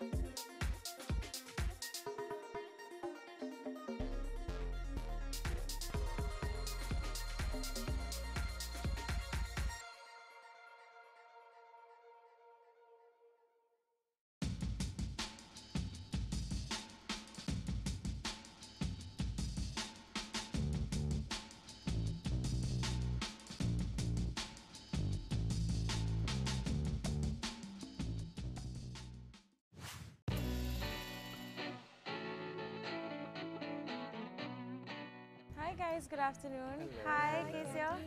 Candy. Nice to meet you. Welcome Hi. to Jake's and Treasure Thank Beach. you. This is just a lovely property. As you step out here, you feel the ambience. It just feels so good. And the breeze. Oh, amazing. Yes, absolutely. So tell us a little about Jake's and the history of the property. Wow. Well, my grandparents came here in 1941 and built a little cottage, a two-bedroom cottage, which is on Calabash Bay, the year my mother was born. And then 50 years later, 1991, they leave the little cottage for my aunt and the house in Mandeville for my mother. Right. And she was like, no, no, no, I want a piece of Treasure Beach as well. So she sold the house in Mandeville and bought this original house behind us, which is over 100 years old. Wow. And that's how Jake started in 1993 as a restaurant, because there was nowhere to eat. Right. And back then it was really just German backpackers who were coming to Treasure Beach. Okay. You know, no one else had really heard of it. Right. And I was in banking. I was managing Pan Caribbean Merchant Bank in Montego Bay. And I said, you know, to my mother, I said, you know, let's expand the restaurant into a hotel. And I gave up my job. And everyone was very concerned because, you know, they're going to Treasure Beach where no one had heard of, and there were not even phone lines back here in 1992. And today, you know, we really have a boutique hotel that we're so proud of. Love it.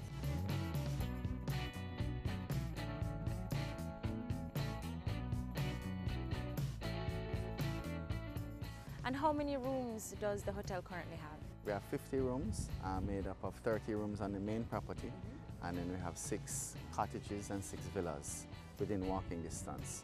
So people consider here as like, you know, the hotel. Right. And then, you know, they speak about Jake's Village, which is basically, you know, throughout the area of Treasure Beach. And as we're here today, I've been told that the entire place is sold out. Is that true? It is, and you know, January, February, March, we really do a lot of, yeah. But it's been a real mother and son journey, you know, because my mother is a creative one, and she's an artist. Well, I love what she has done with the place. It is beautiful. Beautiful. It's really amazing. I absolutely love it here. That's what it's called, the chill spot. All right. I love it. People come and chill here all the time, boy, I tell you. I'm telling you, from Kingston to here, you can't ask for anything else. With the new highway now, yeah, it's easy. In no time. And we have our own airstrip, 10 minutes from the property. We put in an airstrip 5 years ago. Wow. So people flying in small planes. Yeah, exactly. So, you know, to us, it's about building a destination, and we want to be a model for community and sustainable travel.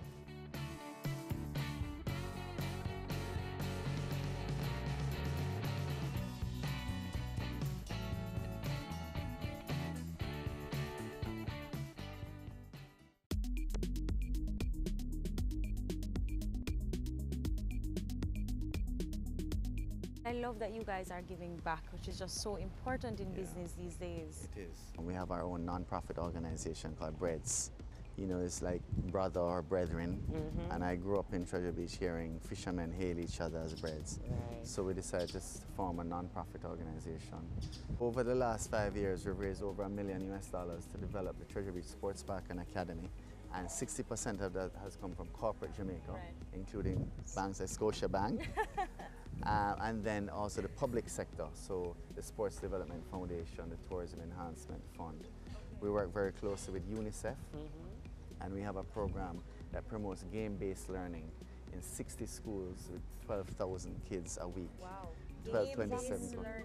Yeah. Is that like, what kind of games? It's activities. What you find is that the primary schools don't have a physical education program. So we train coaches, but taught them games and activities that stimulate learning. So it fills the PE curriculum. So we wanted to work in that space. So we trained these coaches. The Ministry of Education have endorsed it, and then UNICEF funded it. So it's affecting 12,000 kids a week. So that's something we're very, very proud of. They're learning at the same time. Learning at the same time. That's lovely.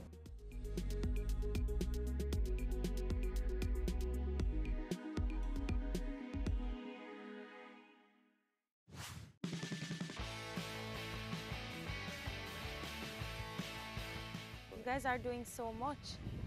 Are we going to be doing a lot today? Yes, Candy, we're going to be doing a lot today. We're going to enjoy the property. So, you know, we have to have some lovely, lovely food at the restaurant, which we're going to taste later. And we're going to go by the beach. We're going to enjoy the nice scene. We're definitely going to have to go to my little swing around there. Just relaxing your mind. We will definitely, of course, come back and we're going to go by the spa. Nice massage. The spa, after coming from Kingston, you need that. Yeah, you need that unwind. So definitely we're going to go to the spa. And let's see what else we can take in, because the day is going to be really tight packed, but let's see what we can put in. Well, Kezia, let's start by doing a little tour. I want to see the rooms and what this property is like. Yes. And Jason, thank you so much for talking to us. And welcome again. Thank you. Go and explore. I will. Thank you, Jason. All right. Let's go. On, Candy, Bye. Let's go.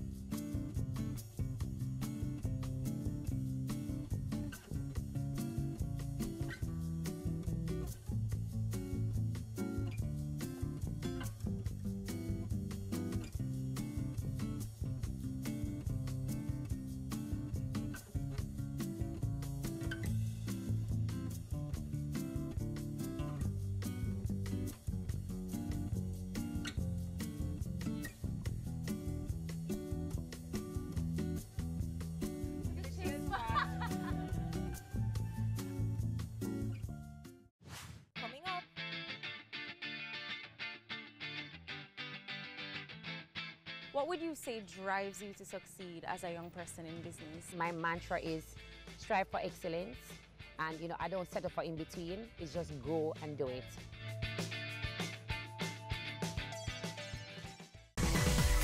Having a corporate event, seminar, awards show, conference, product launch, workshop or expo?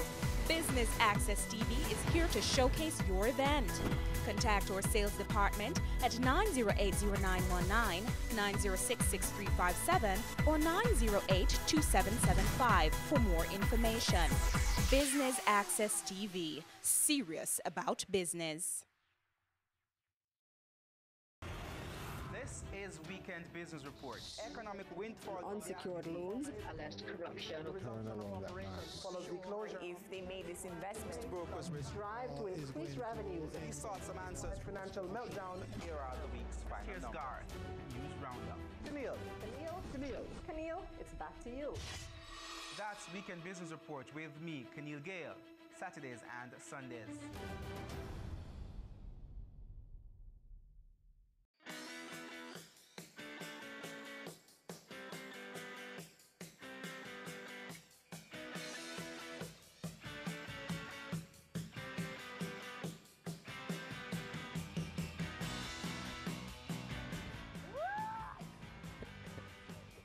It's not straightening. That's so funny. That's just too funny.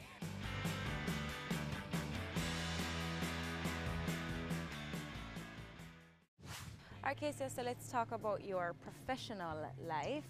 What do you do? I'm marketing manager programs at Scotiabank. And what does that mean? Okay, so Scotiabank, as you know, we deal with several different business lines. Right. And so business lines consist of, where other companies would say brands, we call them business lines. So currently I manage corporate and commercial banking, small business, as well as Credit Scotia, credit cards, and non-branch merchant services. And you do the marketing for all of those? All of these business lines. What that means is coming up with the strategy, managing the execution, looking for opportunities to help the different sectors, business lines to grow, and also how to increase customer relationship, client intimacy, just looking about how to get the brands out there. And were you always in banking or? No, so I left Caramac at that time, went straight to Jamaica National, and where I was doing PR for them. Wait, you said Caramac? Caramac. So that's what you studied? I studied media and communications. I know, right? But don't ask me, I actually wanted to be a journalist. Right. You know, my friends keep asking, Casey, how did you make the transition? Actually, it was in alcohol. Alcohol? Right, so I worked with Diageo for about 3 years, and then subsequently I left Diageo and went to Lascelles. So I worked with Lascelles for about 2.5 years, where I managed even Magnum tonic wine. Okay. So I was a brand manager for Magnum at one point in time. Managed Campari, vodka. But while I was at Red Stripe, I did sales and business development. And then there's an opportunity that came up at the time, and I left and went to Lascelles, okay. Which was then a part of the Renefe Group, and that was a category manager post. So pretty much I managed several brands again, and as well as some brand managers.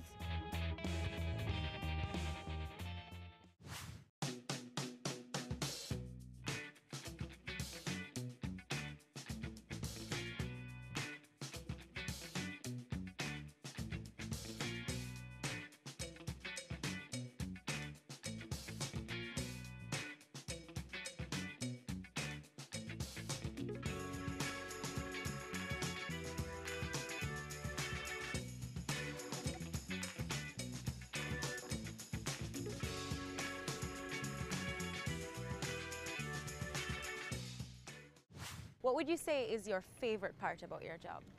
Execution. One of the things I love to see was when you have an idea, and you know it's a lot of work and back and forth with different suppliers and the concepts, and you want to get it all together.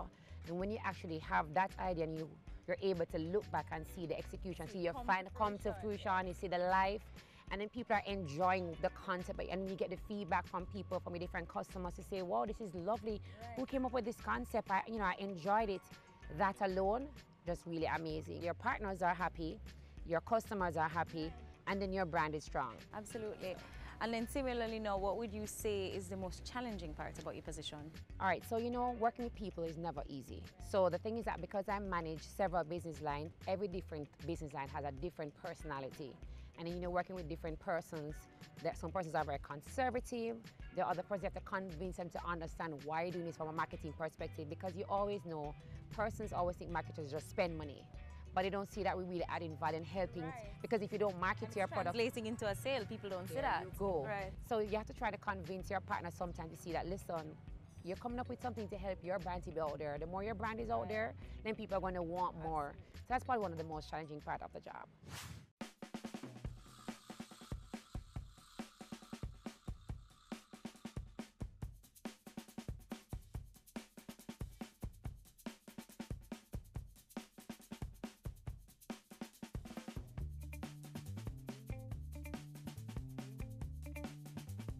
Specific to your role and the programs that you have executed, talk to us a little about that. All right, so like I was explaining to you earlier, I manage at least 6 business lines. So let's take, for example, one of the business lines, credit card.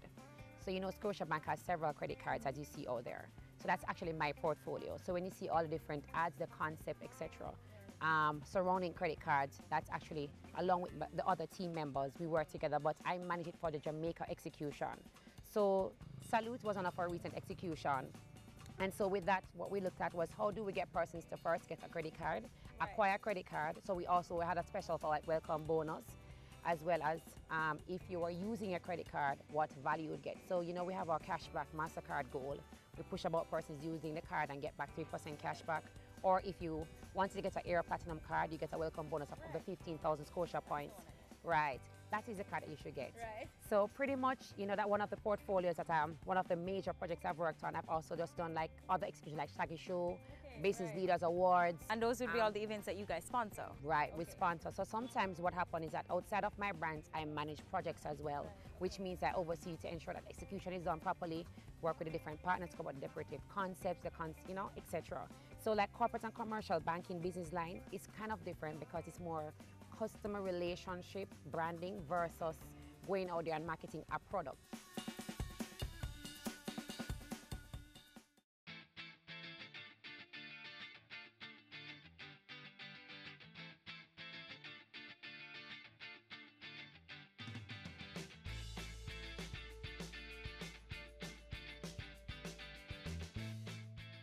What would you say drives you to succeed as a young person in business? Well, I should tell you that God is the center of my life. Everything that I do is centered around Him, and so that keeps me grounded. My grandmother is somebody who always said, go after your dreams, and she was like, never give up, and I've just looked at that. So there are little things I've taken from different persons, combine them together with God at the center, and that has been helping me a lot in everything that I do. Whenever I'm doing something, I'm very focused, I'm very passionate. You go all out. I go all out. I can see that. I believe in, my mantra is strive for excellence. And, you know, I don't settle for in between. It's just go and do it.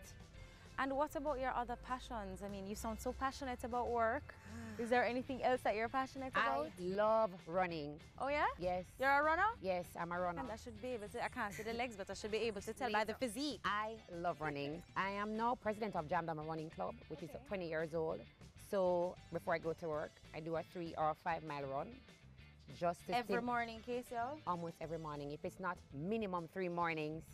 And then on a weekend, I do 10 miles or 8 miles every weekend on a Saturday morning. Wow, things I will never do. I love running, and I also love giving back. So with my church, currently I work with Maxfield Park Children's Home. I've been doing that for 1 year and 4 months. And I go back every Sunday. We teach either Sunday school, or I go back in the evenings and we have like watch movie evenings with them. We sit and talk with them, we counsel, we play games, we have game day, we have sports day, all these different things. So the combination, giving back and exercise is important. And with all of that going on, how do you balance it? You find the time for what you really want to do. That's how I realized. It may seem like there's never enough time in a day, but if you really want to do something, you find the time. And one of the things for me is, I don't want to get selfish and get caught up in just achieving, and there are other persons out there that need help. And so I always think about how can I make a difference in somebody's life? Because one of the things that I always say I want to do is leave a legacy. And what is that legacy? That legacy is just, I just help at least one person can say, because of Kesia, my life has changed, or she has helped me in some way, shape, or right.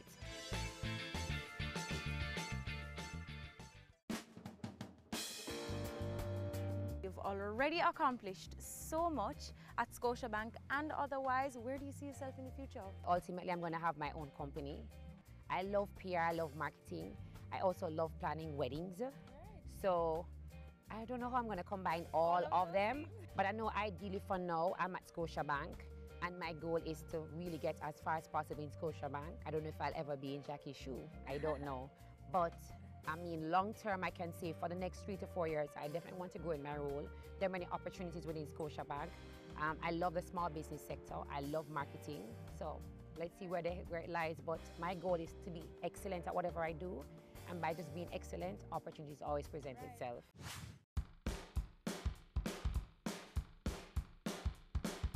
All right, Kezia, so what is next on our list, our very long list of activities to do here? Exercise. So we're going to go for a ride, and then we're going to go to lunch after the ride. All right, bicycle? Yes, bicycle. So you're going to get fit, Candy, right? Are you ready?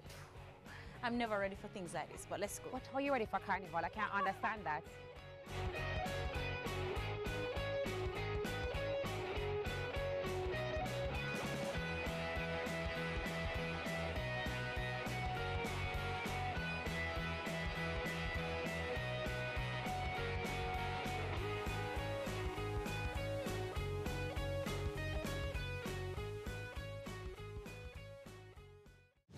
Coming up. Believe it or not, I love to wash. I know it's kind of weird. I like doing housework. It's kind of weird. Wash I like know. wash clothes or wash Like dishes or wash anything? Anything.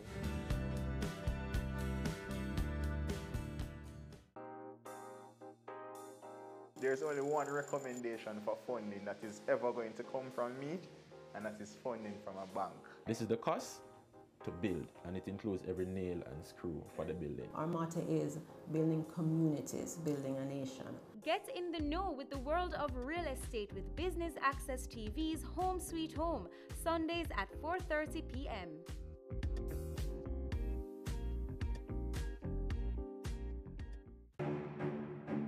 Go for God Family Church. Today's message is for those of you who thought that Jesus was finished. Inspiring messages. I'm here to tell you today that you are excellent. God is excellent. Empowerment from biblical motivation. To be glorified means to endow with authority. A woman is a powerful, creative being. Join Pastor Christopher Morgan and the Go for God team as we go for God.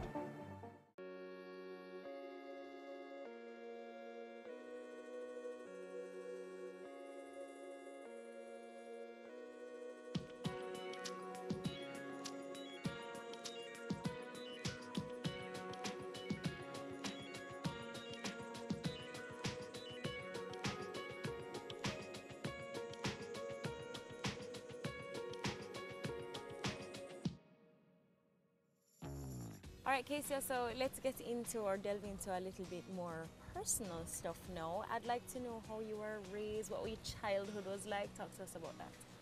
All right, so I'm from the parish of Trelawney. Grew up in a very small community called Clarkstone. Pretty much farming was what really drive the business in that little community. I went to Clarkstone Primary School, and then I went to Westwood High. That school really played an integral role in you know, raising me as a young lady. And then came to Kingston to do my A-levels, pre-university school, and then just went straight into university. Growing up as a child, I've always loved sports too. I really used to play netball. I played netball for my community. So I was an excellent goal shooter. I played all the way in high school, all the way up onto university. All the time at UW. I actually was even captain for like 3 years. Okay. So I was very involved from that time. I loved sports. So, you know, pretty much my life was high school, school, church, home, you know, and pretty much any other extracurricular activity. But it was always fun because we used to love play cricket in the road. Right. I was a little tomboy. Really? May not believe it or not. I know. I was. I know, can't see that. But I think I transitioned from when I was growing up into a teenager. You know, into high school, you're going to become more conscious of your body. Right. So I kind of stopped being a little tomboy, but I'd climb every tree. I could tree, guinea tree, whatever you think about, I could climb a tree. The only one I could not climb, I remember I used to try coconut trees. Okay. So that really was my childhood.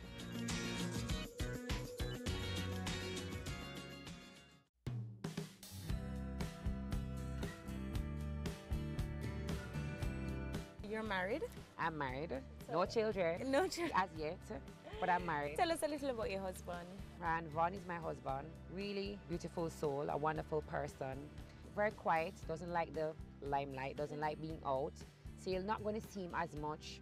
Just more private things, you know, being home together, coming to visit the hideaway spots, that kind of thing. He's a father, so I have a stepson. His name is Shane. Really nice, beautiful young man as well. So how do you balance it all? I know we touched on this earlier, but this is a role as a wife, and then you have your professional role as well. Like, how do you balance everything? I really do try. So for a long time, I've had believe in this mantra of living a balanced life. So for me, my friends ask, how you do it? you try to take care. So you get up, you take off your house. Believe it or not, I love to wash. I know it's kind of weird. I like doing housework. It's kind of weird. Wash I like know. wash clothes or wash Like dishes or wash anything? Anything. I'll wash dishes, wash clothes. I know. It's not the average typical woman. I know people Polar look at opposite me, of me, okay. right? People look at me and like, Casey, are you? No. But I like to clean. And when I'm finished, I like how the house smells, how it looks, all of that. And I do find time. So when I'm ready, I'm like, okay, today is my day. It's our day. We're going to close off. We're just not going to do anything. We're going to stay home or we're going to movies. So I try to find that time to balance sometimes because you do need it. It's important to really make sure that you find time for your significant other. Right. Don't get caught up in all of corporate. And sometimes you bring them along, depending on the event, you bring him along with you just to kind of you see what you're doing and you get involved as well in probably what he's doing as well, support him at work.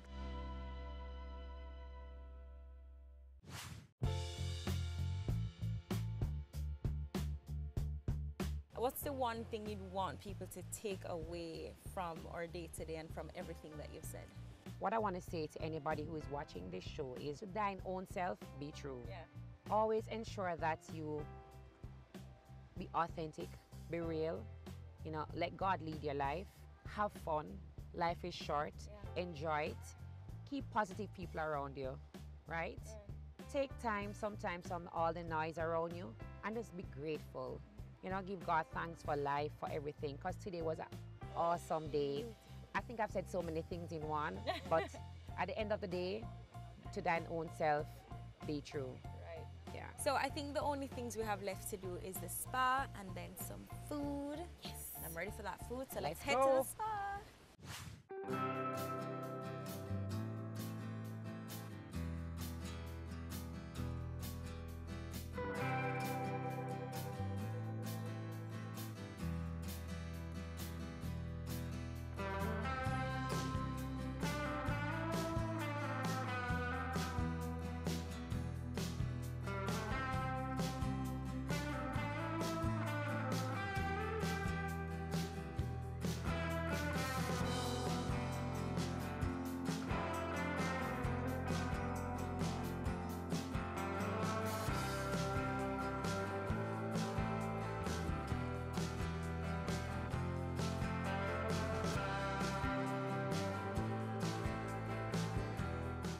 Oh, this is just fabulous.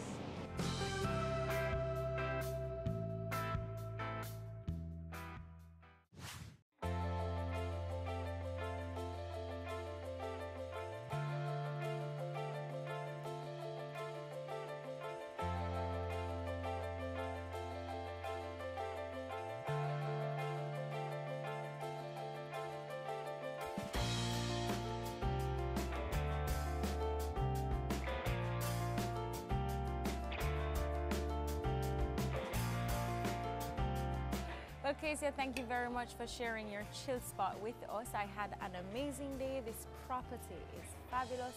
Bike riding was, I'm not going to say it was amazing because it's not too like the exercise. I don't quite get it though. You love carnival but you don't like bike riding. It's okay. Of course, the beach, the drinks, this property is just exquisite. So thank you very much. Yes, thank you for having me, and it was an amazing day for me as well. I loved it. Thank you.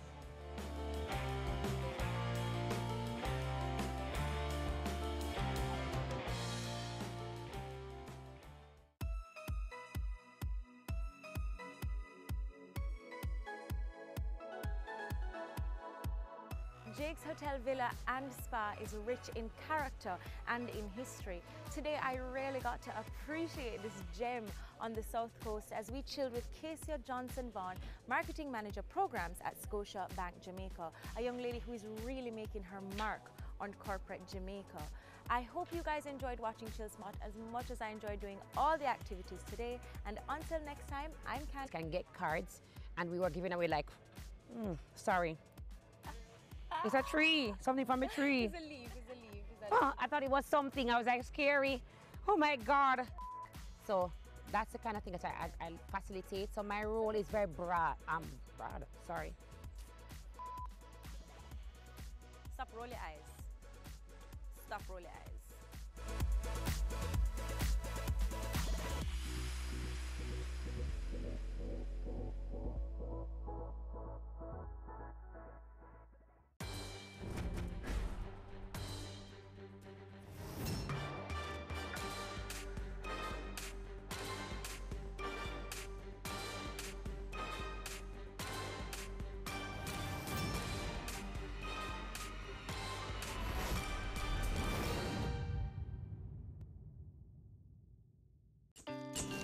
fusion of different cultures has greatly influenced the style of Jamaican architecture. From the Georgian Square of Spanish Town to the Rose Hall Great House to Devon House, this week on Cameo, we take a look at architecture.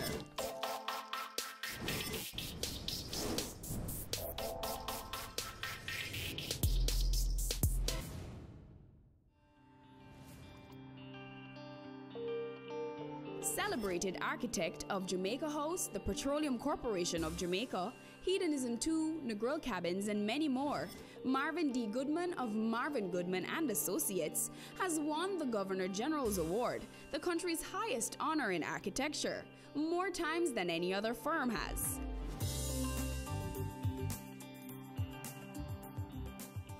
I came to Jamaica just about in the time of independence. I had spent a couple of years in the U.S. Army, a good part of it in France, and I came to Jamaica for a few months to finish a hotel, which is now the Boscobel Beach Hotel.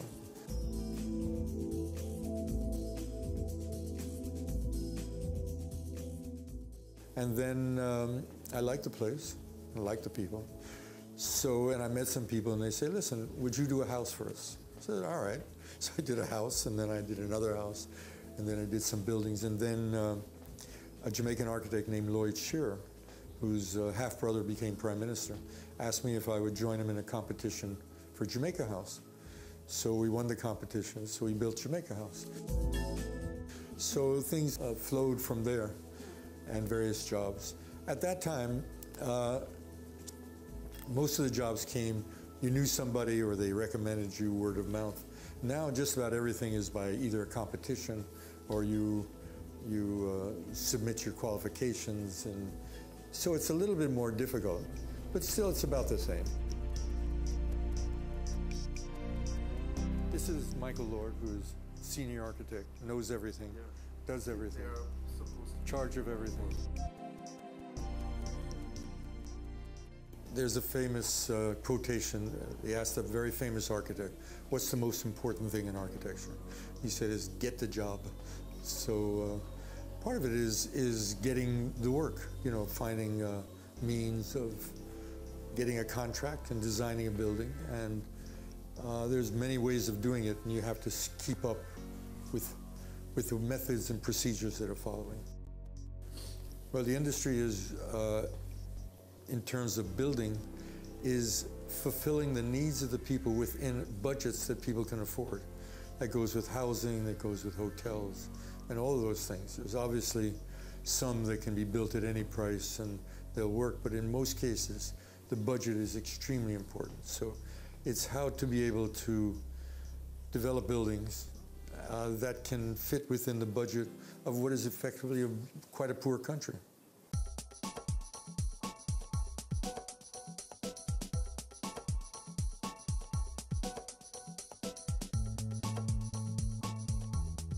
There's a lot of opportunity, not only in architecture as a design, but in the whole field of building, whole field of project management, whole field of interior design, and then operation.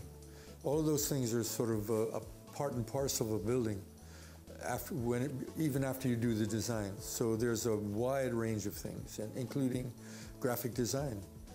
So there's a lot of opportunities.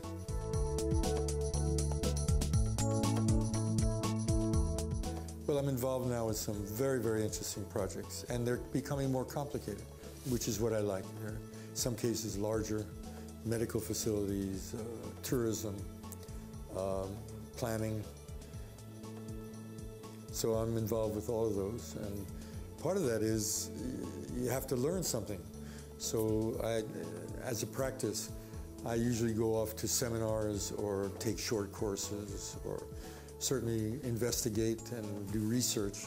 So you have to learn to do it, because what you knew and what you learned 20, 30, 40 years ago, some of it applies still, but some of it doesn't. And there's new things on the market all the time. And you have to be, well, you have to be discerning to know that's just new, but it doesn't mean anything. But here's something that really that has to be incorporated. Like, for example, photovoltaics, creating your own energy, which I'm very much involved with.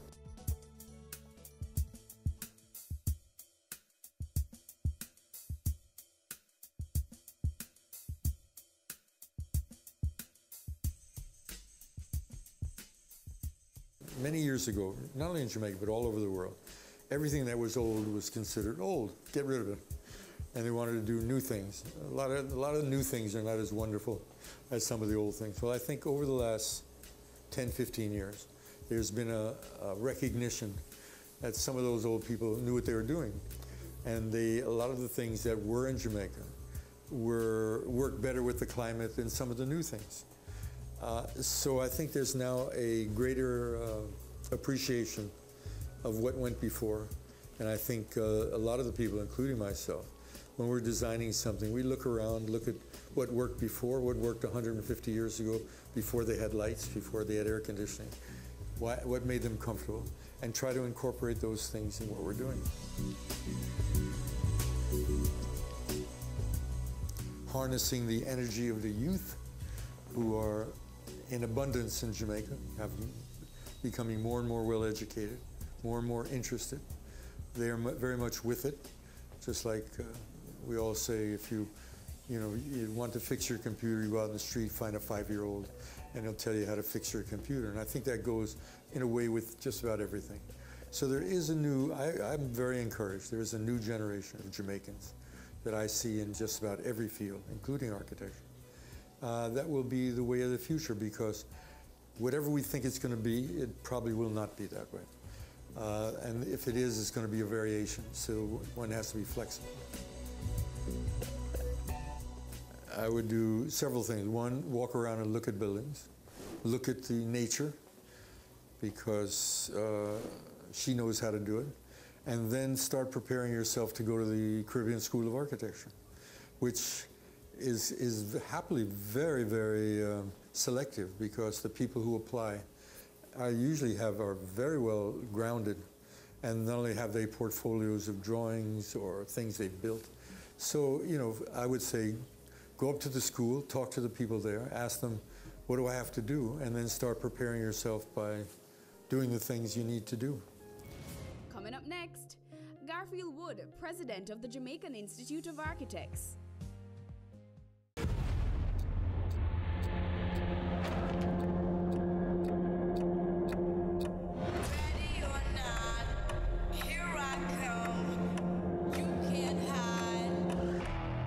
It's not about being successful. It's about really working hard at what is before you. All of my preconceptions about what the public sector was were all completely unfounded. We were driven to work hard and to achieve excellence in what we did. Being in business takes backbone. It takes a lot of resolve. You're going to have roadblocks, you're going to have bumps in the road, and you have to be able to go over them. Here I come, you can't hide.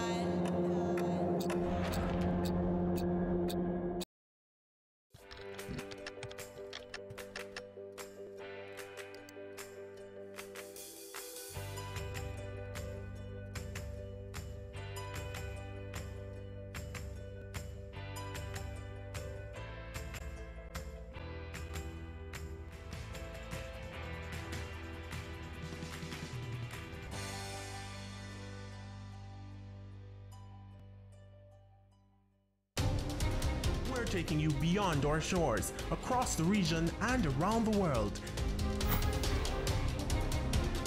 Every week, BATV gives you in-depth reporting on the major stories that gripped headlines in the Caribbean and on the international scene. Join us Sundays for This Week Abroad. Business Access TV, serious about business at home and abroad. Have you seen it? It's BATV Live.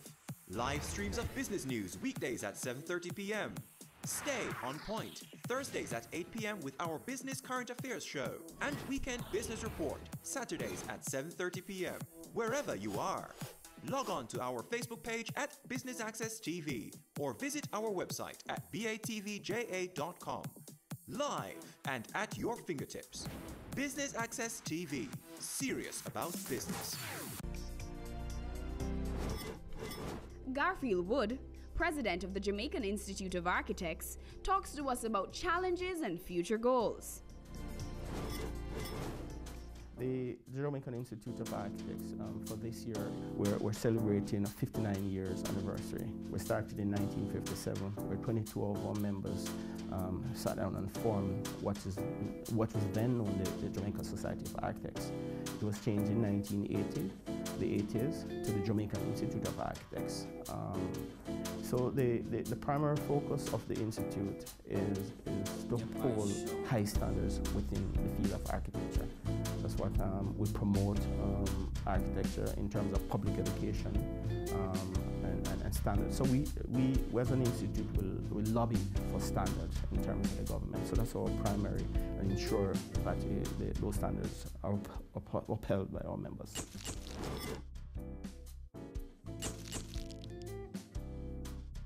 There's just a misconception about what is architecture and who is an architect. And under the Architects Registration Act that was established in 1987, an architect is somebody who is duly registered to practice in Jamaica. So that needs to be very clear. A lot of people calling themselves architects, but it's actually illegal for them to do if they're not duly registered by the Architects Registration Board.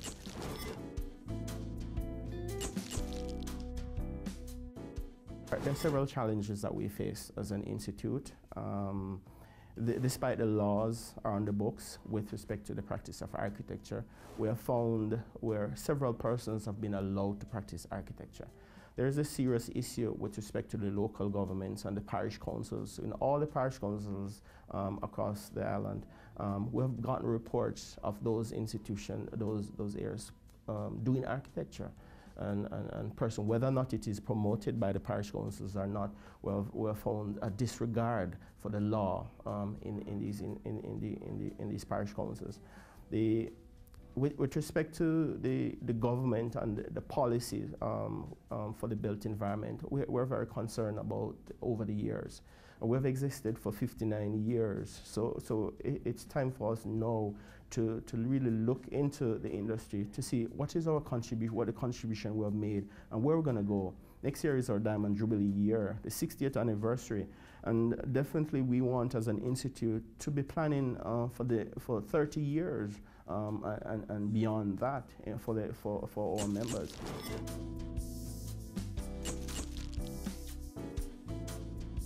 We have been neglected in many key areas. I'll give you an example. National Housing Trust, for example, that the Prime Minister have direct responsibility. There are no architects in this institution. There are no architects sitting on the board.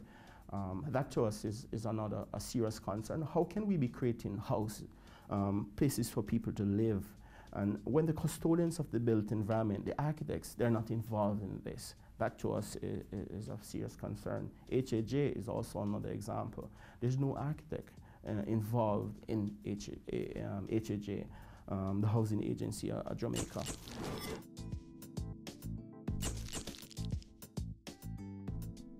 There are several things that we're trying to do as an institute. Some of them have not been successful over the years. But in terms of the growth, there's one key point I would like to mention.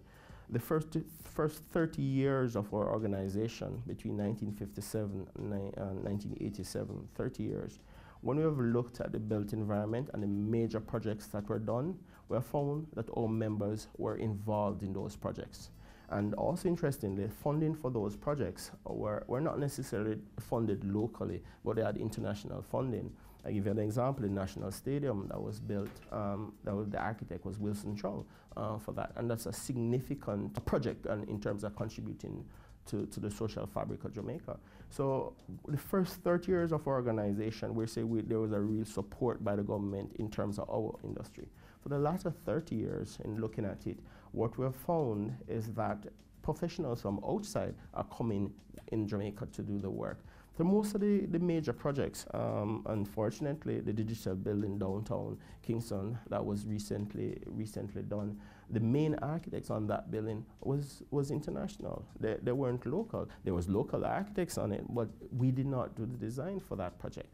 If you look at the North Coast, there are several major developments happening on the North Coast that obviously contributing to the GDP of the country. But in terms of the professionals, we're not looked upon to lead these projects. And that's a concern of us. So despite their development,